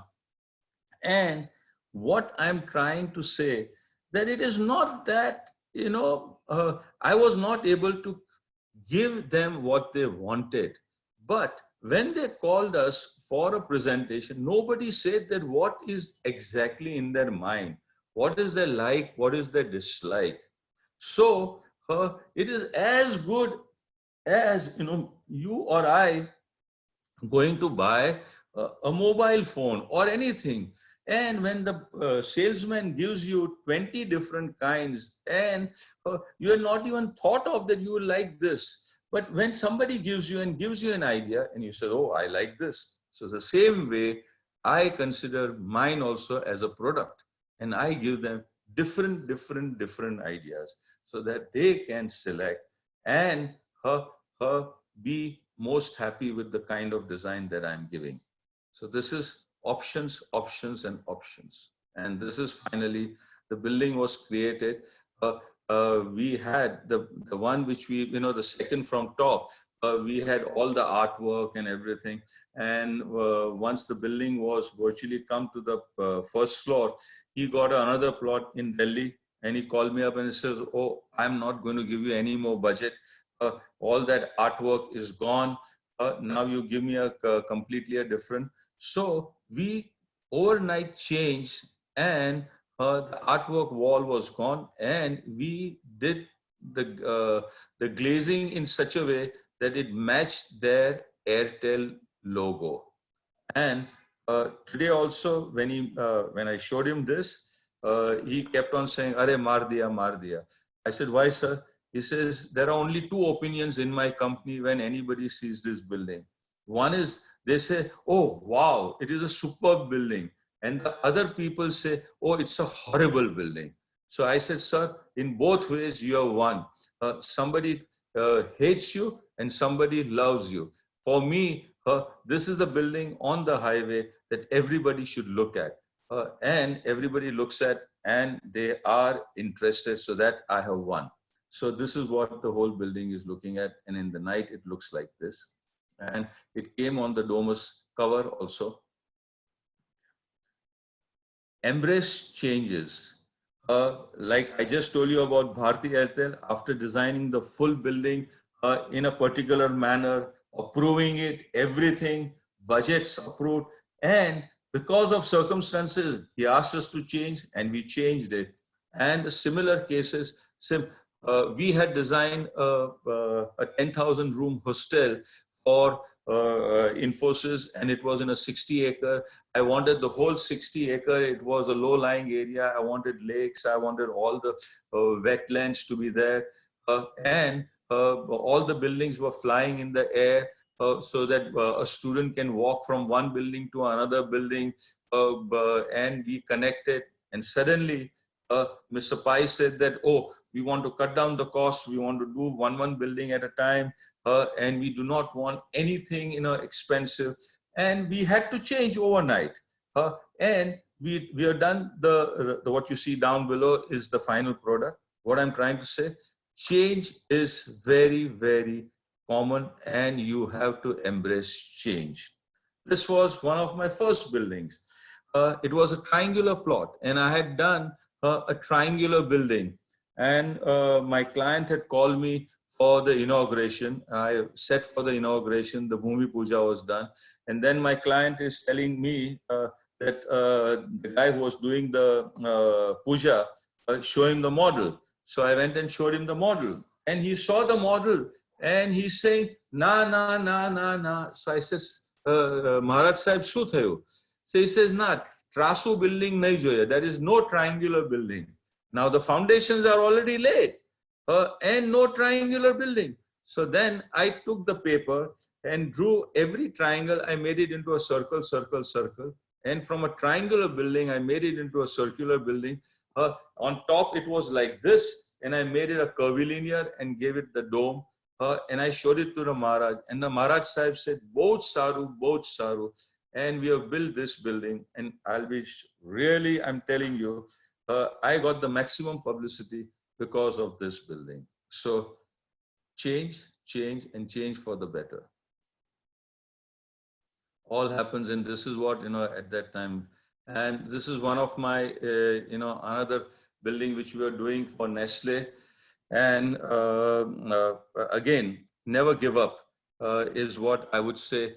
Nestle Vave, that is the parent company in Switzerland, wanted a high-rise building, and Nestle India wanted a low-rise building. And we kept on giving them alternates after alternates after alternates. If Nestle Vave approves it, Nestle India would reject it. And with Nestle India rejecting, approving, Nestle Vave would reject it. And we kept on, worked for more than 6 months on it. And one fine day, Mr. Rajiv Singh told me that you better go to Switzerland and get your design approved. Otherwise, we don't have this job. So I went to Switzerland, and I tried, and we presented our scheme in the morning, and both of them, one approves, the other doesn't approve. So finally, we were having lunch, and at the lunch table, both these guys were talking in French and talking, and you can see on the right-hand side, the brasserie, the Soviet is there. And I suddenly told them, how about a low-rise building high up in the air? And both of them looked at it and says, what do you mean by that? Nestle Vave wanted a high-rise building because they wanted the publicity of logo and everything on the highway. And Nestle India wanted a low-rise building because they did not want that 22-story, people will go up and down. They wanted about 8 or 9 story. So what I did, I raised the whole building 8 or 9 stories and took them right up to 22 floors and made large pilotis down below where there will be just like an entrance hall. And on top, 4 floors, I made it their training center, which Nestle India didn't mind. So it was a low-rise building high up in the air. We did that. Both of them approved it. And we started building. Mr. Rajiv Singh was happy. Everybody was happy. We started building. And mind you, after 4 months or 5 months of work, the director got changed and the new director wanted half the area. Again, after columns being put up, everything, we again changed it and made a new design on the old columns and gave it to them.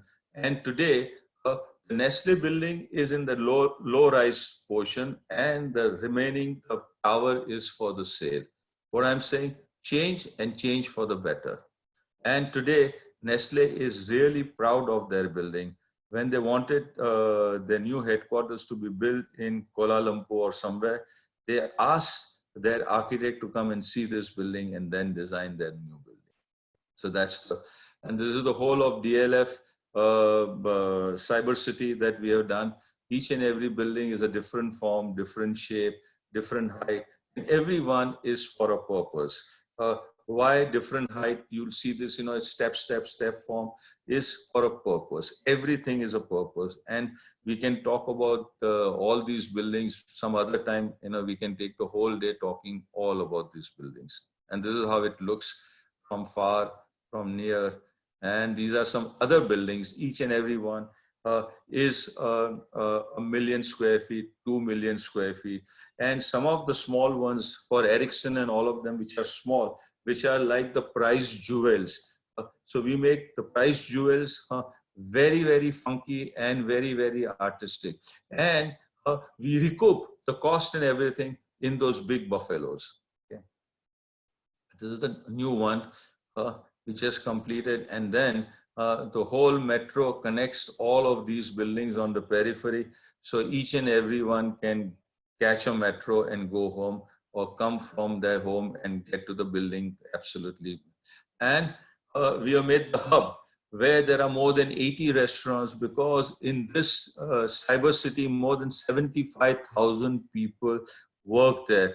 They come and eat there. The hub is on virtually throughout the night. There are shows there, there are launches there, and this is really the center of Gurgaon today. There's another thing which I realized. It's now or never. If a client calls you and says that come today, never say that you can't come today, you'll come tomorrow. If you do that, and I have done that mistakes a lot of time, and between today and tomorrow in the night, the client will meet somebody else and the job is given to somebody else. So I know it's always, there's a very good saying also and a song also, it's now or never. So if somebody calls you, take the opportunity and go immediately, okay? Never say no to a client. It's an inverted pyramid. Small becomes big, scope, no scope, budget, no budget. Today, as far as you look at it, the project doesn't have a scope, but create a scope. There is no budget because the scope was not there. There is no budget. If you create a scope, the budget will come. But apply your mind and reignite and reinvent. And that is what the whole thing is all about. Now we come to a different aspect of my career and my life. And that is what we have been always talking about, high rise. We have been always talking about more people having houses on a lesser land. And this is for phase 5, when we started doing for DLF. In Gurgaon, the law was that they would always make row houses, and only a part of the small land will be given for group housing, which I did not like. And though we made several plans, and one day I told Mr. KP Singh that, sir, this is not the right thing to do. Why don't we do high rises and create large gardens and large forest area, which will be environmentally also very, very desired and good. So he said, but that is not the law. So then I said, sir, then why don't we go to the minister and convince him? So Mr. KP Singh, Mr. Ansal and Unitech, all three of them, and I went and presented to Mr. Bhajan Lalji. He was the chief minister. Mr. Bhajan Lalji approved the whole scheme. And today, with that, as the new law. Today, what we have created, people will not realize it today. What you see in the center with the ridge area is more than 1,500 acres of green area. What you see on the left is 843 acres of New York Central Park. Now, mind you, New York Central Park is done by the city.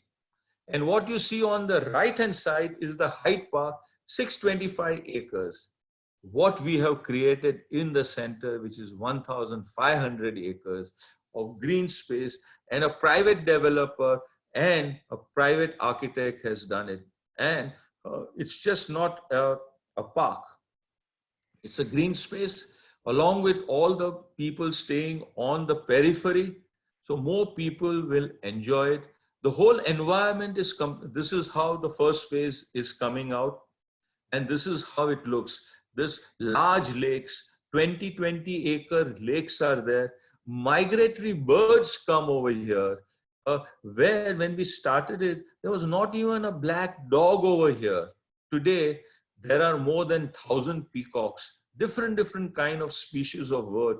And we have created so much of green space, which is environmentally also a very good thing. Okay.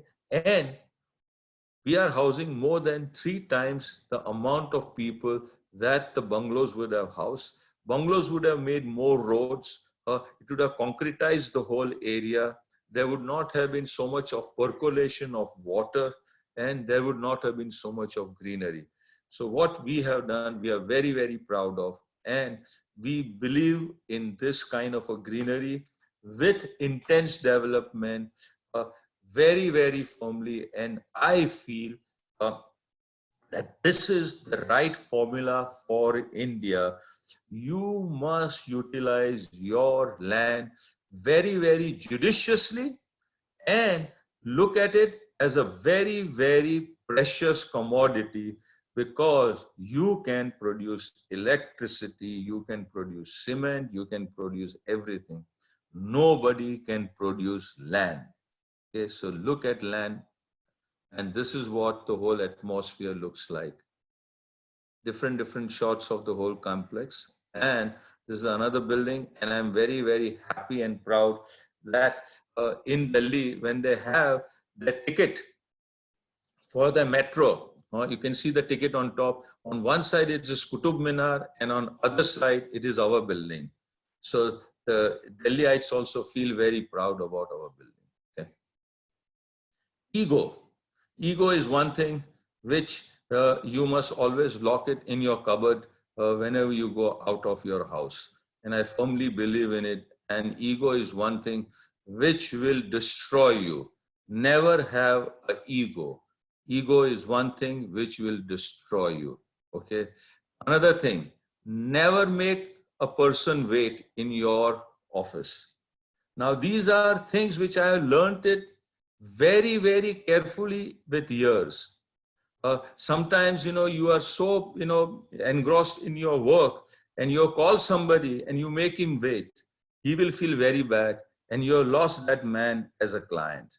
Now, nobody will teach you. Nobody has got the guts to say that also, but never make a man wait in your office. Okay? And a lot of times, a small boy in your office will give you a good idea. Take it. If the idea is better than yours, take it. Make a collaboration. It's a good idea coming from anybody. Take it, collaborate it, and use it.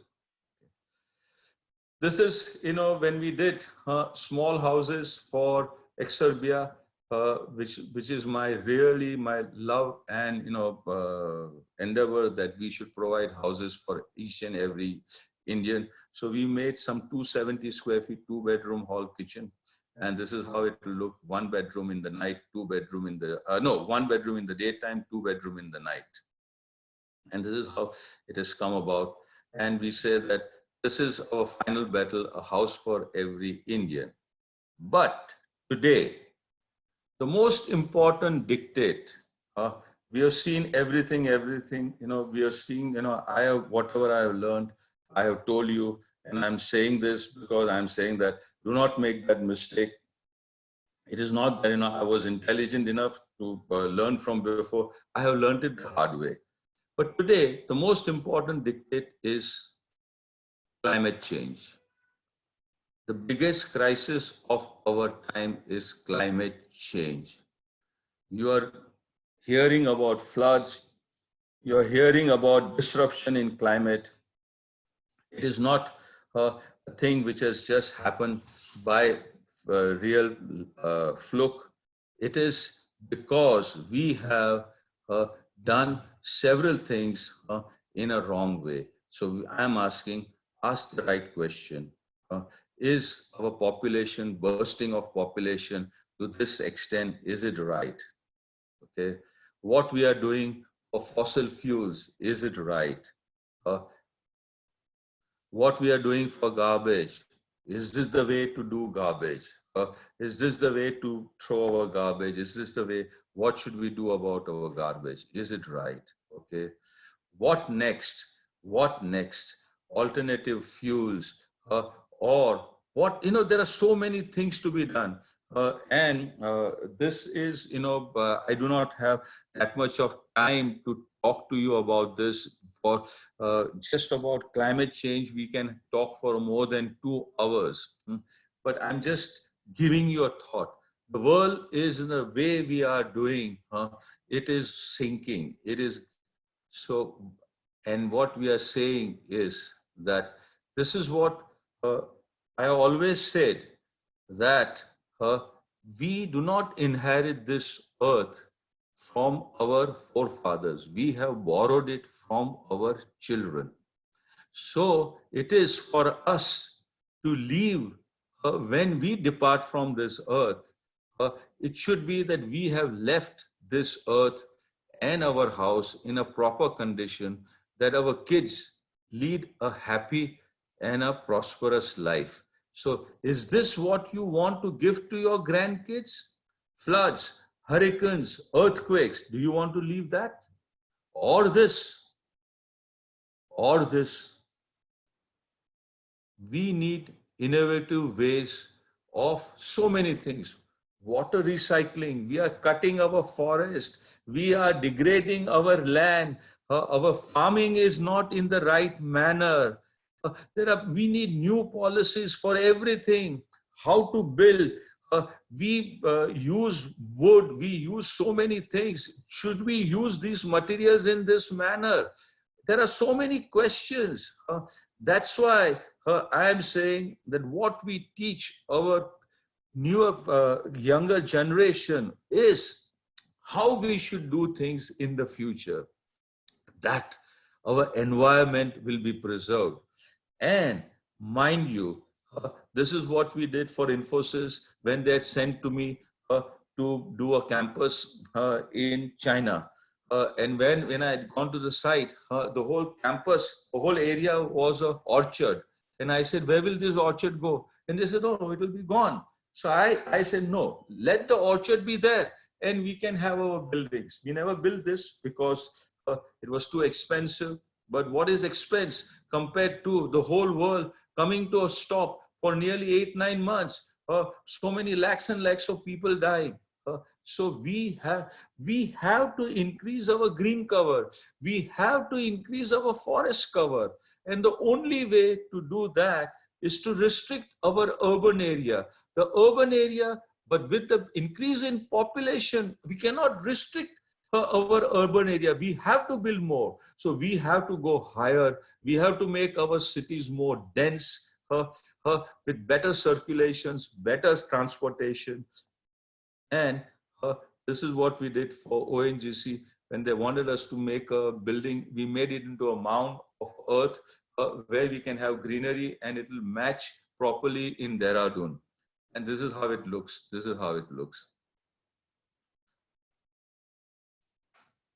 We always say land is a precious commodity that cannot be produced.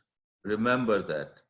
And cities are eating farmland, farmland are eating forest, which is not true. We have to curtail that.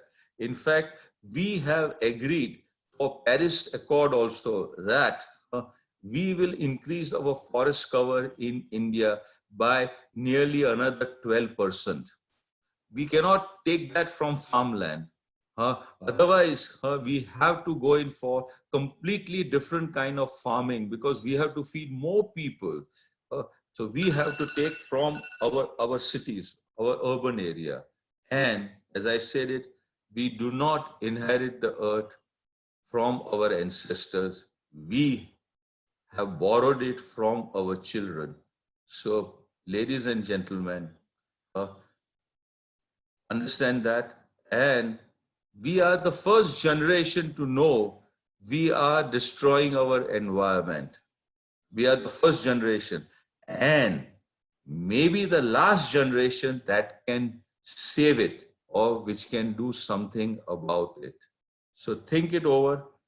And I would say that as a favor, I would say that please watch Planet Earth presented by Sir David Attenborough, which will make what I'm saying in the last few slides very, very clear where we are heading. Thank you very much. I hope you liked it. But I feel that whatever I had to say, I've said it. Thank you very much. Thank you so much, sir. It was like I have no words to express whatever you talked about today. Would you like to take some questions, sir? If somebody is wanting to ask, I'll be delighted. I have no objection. Yes, yes. Okay. Are there any questions, Veendal madam?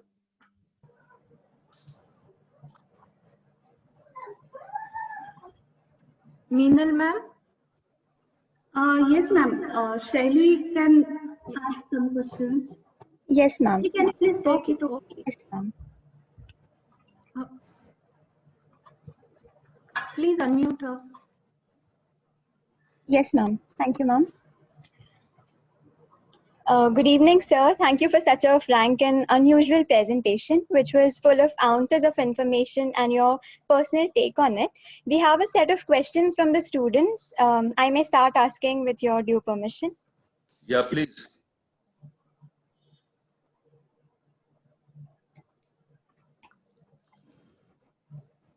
So, sir, the first question is, as one of the top architectural firms in the country and worldwide, so what do you look for the portfolios of applicants and interns? Do you look for any must-haves? It is asked by Harsh Gandhi from 4th year. Madam, see, I have always seen one thing, though in the portfolio, we want to see that is the student creative enough? That is the first thing that I see, whether the student is creative enough. And I firmly believe that each and every individual is a different kind of a person. And when an individual is a different kind of a person, if that person is a hardworking person and creative, or even if it is not that creative and hardworking, one can put that person to that kind of a work that he or she is ready to do. So I don't see that everyone has to be a brilliant architect. We need architects. We need, somebody who can do other things also in a firm. And the most important thing is the person should be a willing worker. And that is the most important thing as far as I'm concerned.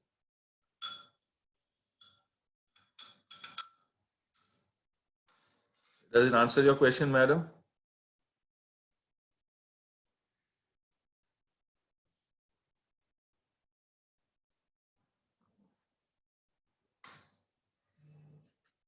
Hello? Yes, sir. Thank you, sir. Okay. So there's one more question. Your inclination towards designing high-rise structures is no hidden truth. Any prime difficulty that you faced during design concerning structural design, and how did you tackle it? Pranjali Maheshwari, 4th year. Madam, a high-rise design is not like in a high-rise, the most important thing is the cost. So unless and until you know the structural design itself, you know the principle of structural design, then and then only you will be able to give a proper high-rise design. Otherwise, the structural engineer is going to say, oh, this will not work. When you do a high-rise building, you have to take care of earthquake, you have to take care of proportions, you have to take care of wind, you have to take care of noise. There are several factors that you have to take care of. And if you don't take care of that, your high-rise building is not appropriate and it will go too expensive for a person to construct. So you have to know your structure. And as I'm telling you, in colleges today, not enough emphasis is given to structure and services. You have to know your structure and services in a proper manner. And as an architect, you have to guide your structural guy also that I want it like this. Then and then only your building will be proper. Otherwise, your structural engineer will eat you up. And if you are not a proper leader, you cannot lead your job properly. So you have to know your structure, you have to know your services, and that's why I would make a request to each and every student that you have to give a lot of emphasis on construction, services. You have to know your construction properly. If you do not know your construction properly, you'll never be a proper architect. Because how can you design if you do not know your construction? You have to know your construction. And for high-rise, it is absolutely imperative that you have to know your structure. I think, Shelly, we should end the question answer session. I know this was such a thought-provoking presentation by you, sir. So their minds must have been ignited actually, and that is what was the purpose of the entire talk series. And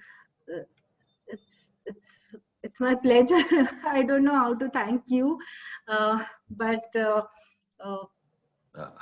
from the bottom of my heart, I thank you for going out of the way and sharing your experiences and sharing your takeaways. These are all life lessons for the students, which would definitely are going to help them out. And the most precious lesson which I feel is all your 10, you talked about around 10 dictates which you learned throughout your practice of last 40 years. And the last one, that we are the first generation to know we are destroying our environment, and the last generation that can save it. This is a very strong message which you've given to the students, and I'm really thankful to you for taking out time and being here and guiding our students and the young minds. My sincere thanks to Honorable Chancellor Sir Dr. S.B. Muzumdar and our respected Pro-Chancellor Madam Dr. Swati Muzumdar for constantly guiding, motivating us and supporting us in all these endeavors. And once again, thanks a lot. But before we end this session, my students would also like to express their thank you, their gratitude for you. She's Pranjali Maheshwari from 4th year, and she would like to express the students. Before Pranjali says something, I would like to thank Dr. S.B. Mazumdar and Namaste. Namaste. One thing that I like most was your idea that one should have bank of ideas. And you are a great banker of ideas, which I have experienced and which I will continue to experience. Thank you, Abhi, for your enlightenment. Thank you, sir. Thank you, sir. It's a delight working for you, and I'm looking forward to the Nagpur campus getting over and taking more photographs and showing my first presentations. I'll be showing, how axes and everything, Yes. beautifully well, sir. And come out beautifully, and it Thank will you, sir. become a pride of Nagpur. Sir, I always say, if there is a good building, out of 100 marks, 55% goes first to the client. Remaining 45, out of that, only 15 goes to architect, remaining goes to the contractor. No. Not have I disagree. People appreciate Nagpur project more for architect than for building. But sir, just imagine, if not for you, this kind of architecture, nobody would have approved it and the project would not have come. So you take 55% of the marks, sir. Your message to students is very, very important. And the message, my dear students, is mind your client. Try to understand what client wants. There are some architects who impose their ideas on the client, which is not proper, but I have seen and experienced a field contractor who really cares for what client wants, and I have experienced it. This is a wonderful advice that a field contractor has given to all young students. Thank you, sir. Thank you, sir. Thank you, sir. Thank you. And it coming from you, it really makes it 100% truth, sir. Thank you. Thank you. Thank you. Okay. I think now the lady wanted to say something. Thank you, sir. An investment in knowledge pays the best interest, as rightly quoted by Benjamin Franklin. Respected and most distinguished chief guest of the day, Architect Hafeez Contractor, sir, Honorable Chancellor Dr. S. Mazumdar, sir, Pro-Chancellor Dr. Swati Mazumdar, madam, respected Director Dr. Gauri Shiurkar, ma'am, beloved faculty, and my dear friends. It seems to be a great honor to propose the vote of thanks from SSAUTP family to all who have helped us in making this webinar a very resounding success. First of all, I'd like to give my hearty vote of thanks to our guest speaker, Architect Hafeez Contractor, sir, for gracing today's webinar. Thank you, sir, for an excellent presentation and making this webinar a very meaningful and interesting one. I'd like to express our deep gratitude to Honorable Chancellor Dr. S.B. Mazumdar, sir, for his presence in this webinar. I am thankful to our Pro-Chancellor, Dr. Swati Mazumdar, madam, for being with us this evening. I also thank our beloved Director, Dr. Gauri Shiurkar, madam, for her guidance and moral support. I am happy to express a vote of thanks to our faculty that has made this webinar a grand success through their motivation and dedication. I'd like to give my vote of thanks to all the guest attendees for their participation and for their overwhelming response. I would thank the volunteers, student coordinators for the involvement they have shown and the willingness they have expressed for the smooth conduct of this webinar. Thank you so much. Finally, I thank the wonderful participants who have turned up in such a great number, not only from our college, rather from various other colleges and organizations at national level. Thank you so much for your active participation. We all hope to see you soon in the upcoming events, which will be announced very soon. Have a great evening. Thank you so much once again to the management, to our Honorable Chancellor, our respected Pro-Chancellor and Vice Chancellor, Dr. Manimala Puri and Hafeez sir. It was once again, I would like to really underline that I have been your fan since I was a student. My daughter also did her internship in your office 2 years back. So it's been in my family to be your fan, and with this presentation I've seen the side of yours which we never knew about, which is a teacher in architecture, and that is really, really commendable. And thank you so much. Looking forward to having many, many more such meaningful interactions with you. Thanks a lot. Have a great day and take care. Thank you. Bye-bye. Bye-bye. I request Swati ma'am also to say a few words, because she also wanted to thank you. A wonderful presentation, and we always knew you were a great architect, but I think today we can comfortably say that you are a great orator also. And a great orator is somebody who inspires. And one thing I wanted to tell you, Architect Hafeez, that you've done so many projects, but the project you did for Symbiosis is going to go down in the history, because universities are known to be eternal. And every time the Symbiosis Nagpur campus is mentioned, your name will get mentioned synonymously with that. And it will go down in the history of education that such a grand and beautiful campus was created by you. I'm a witness to seeing that campus at the inauguration. And I must put on record our simple appreciation for what you've done. It's absolutely a piece of art. Thank you once again for Thank you very sharing. much. Thank you very much. Thank you. Thank I you. think it was a very right note on which ma'am ended, that universities are eternal, and this building will make that architecture eternal. So thank you so much, sir. Thanks a lot. Thank you. Thank you very much.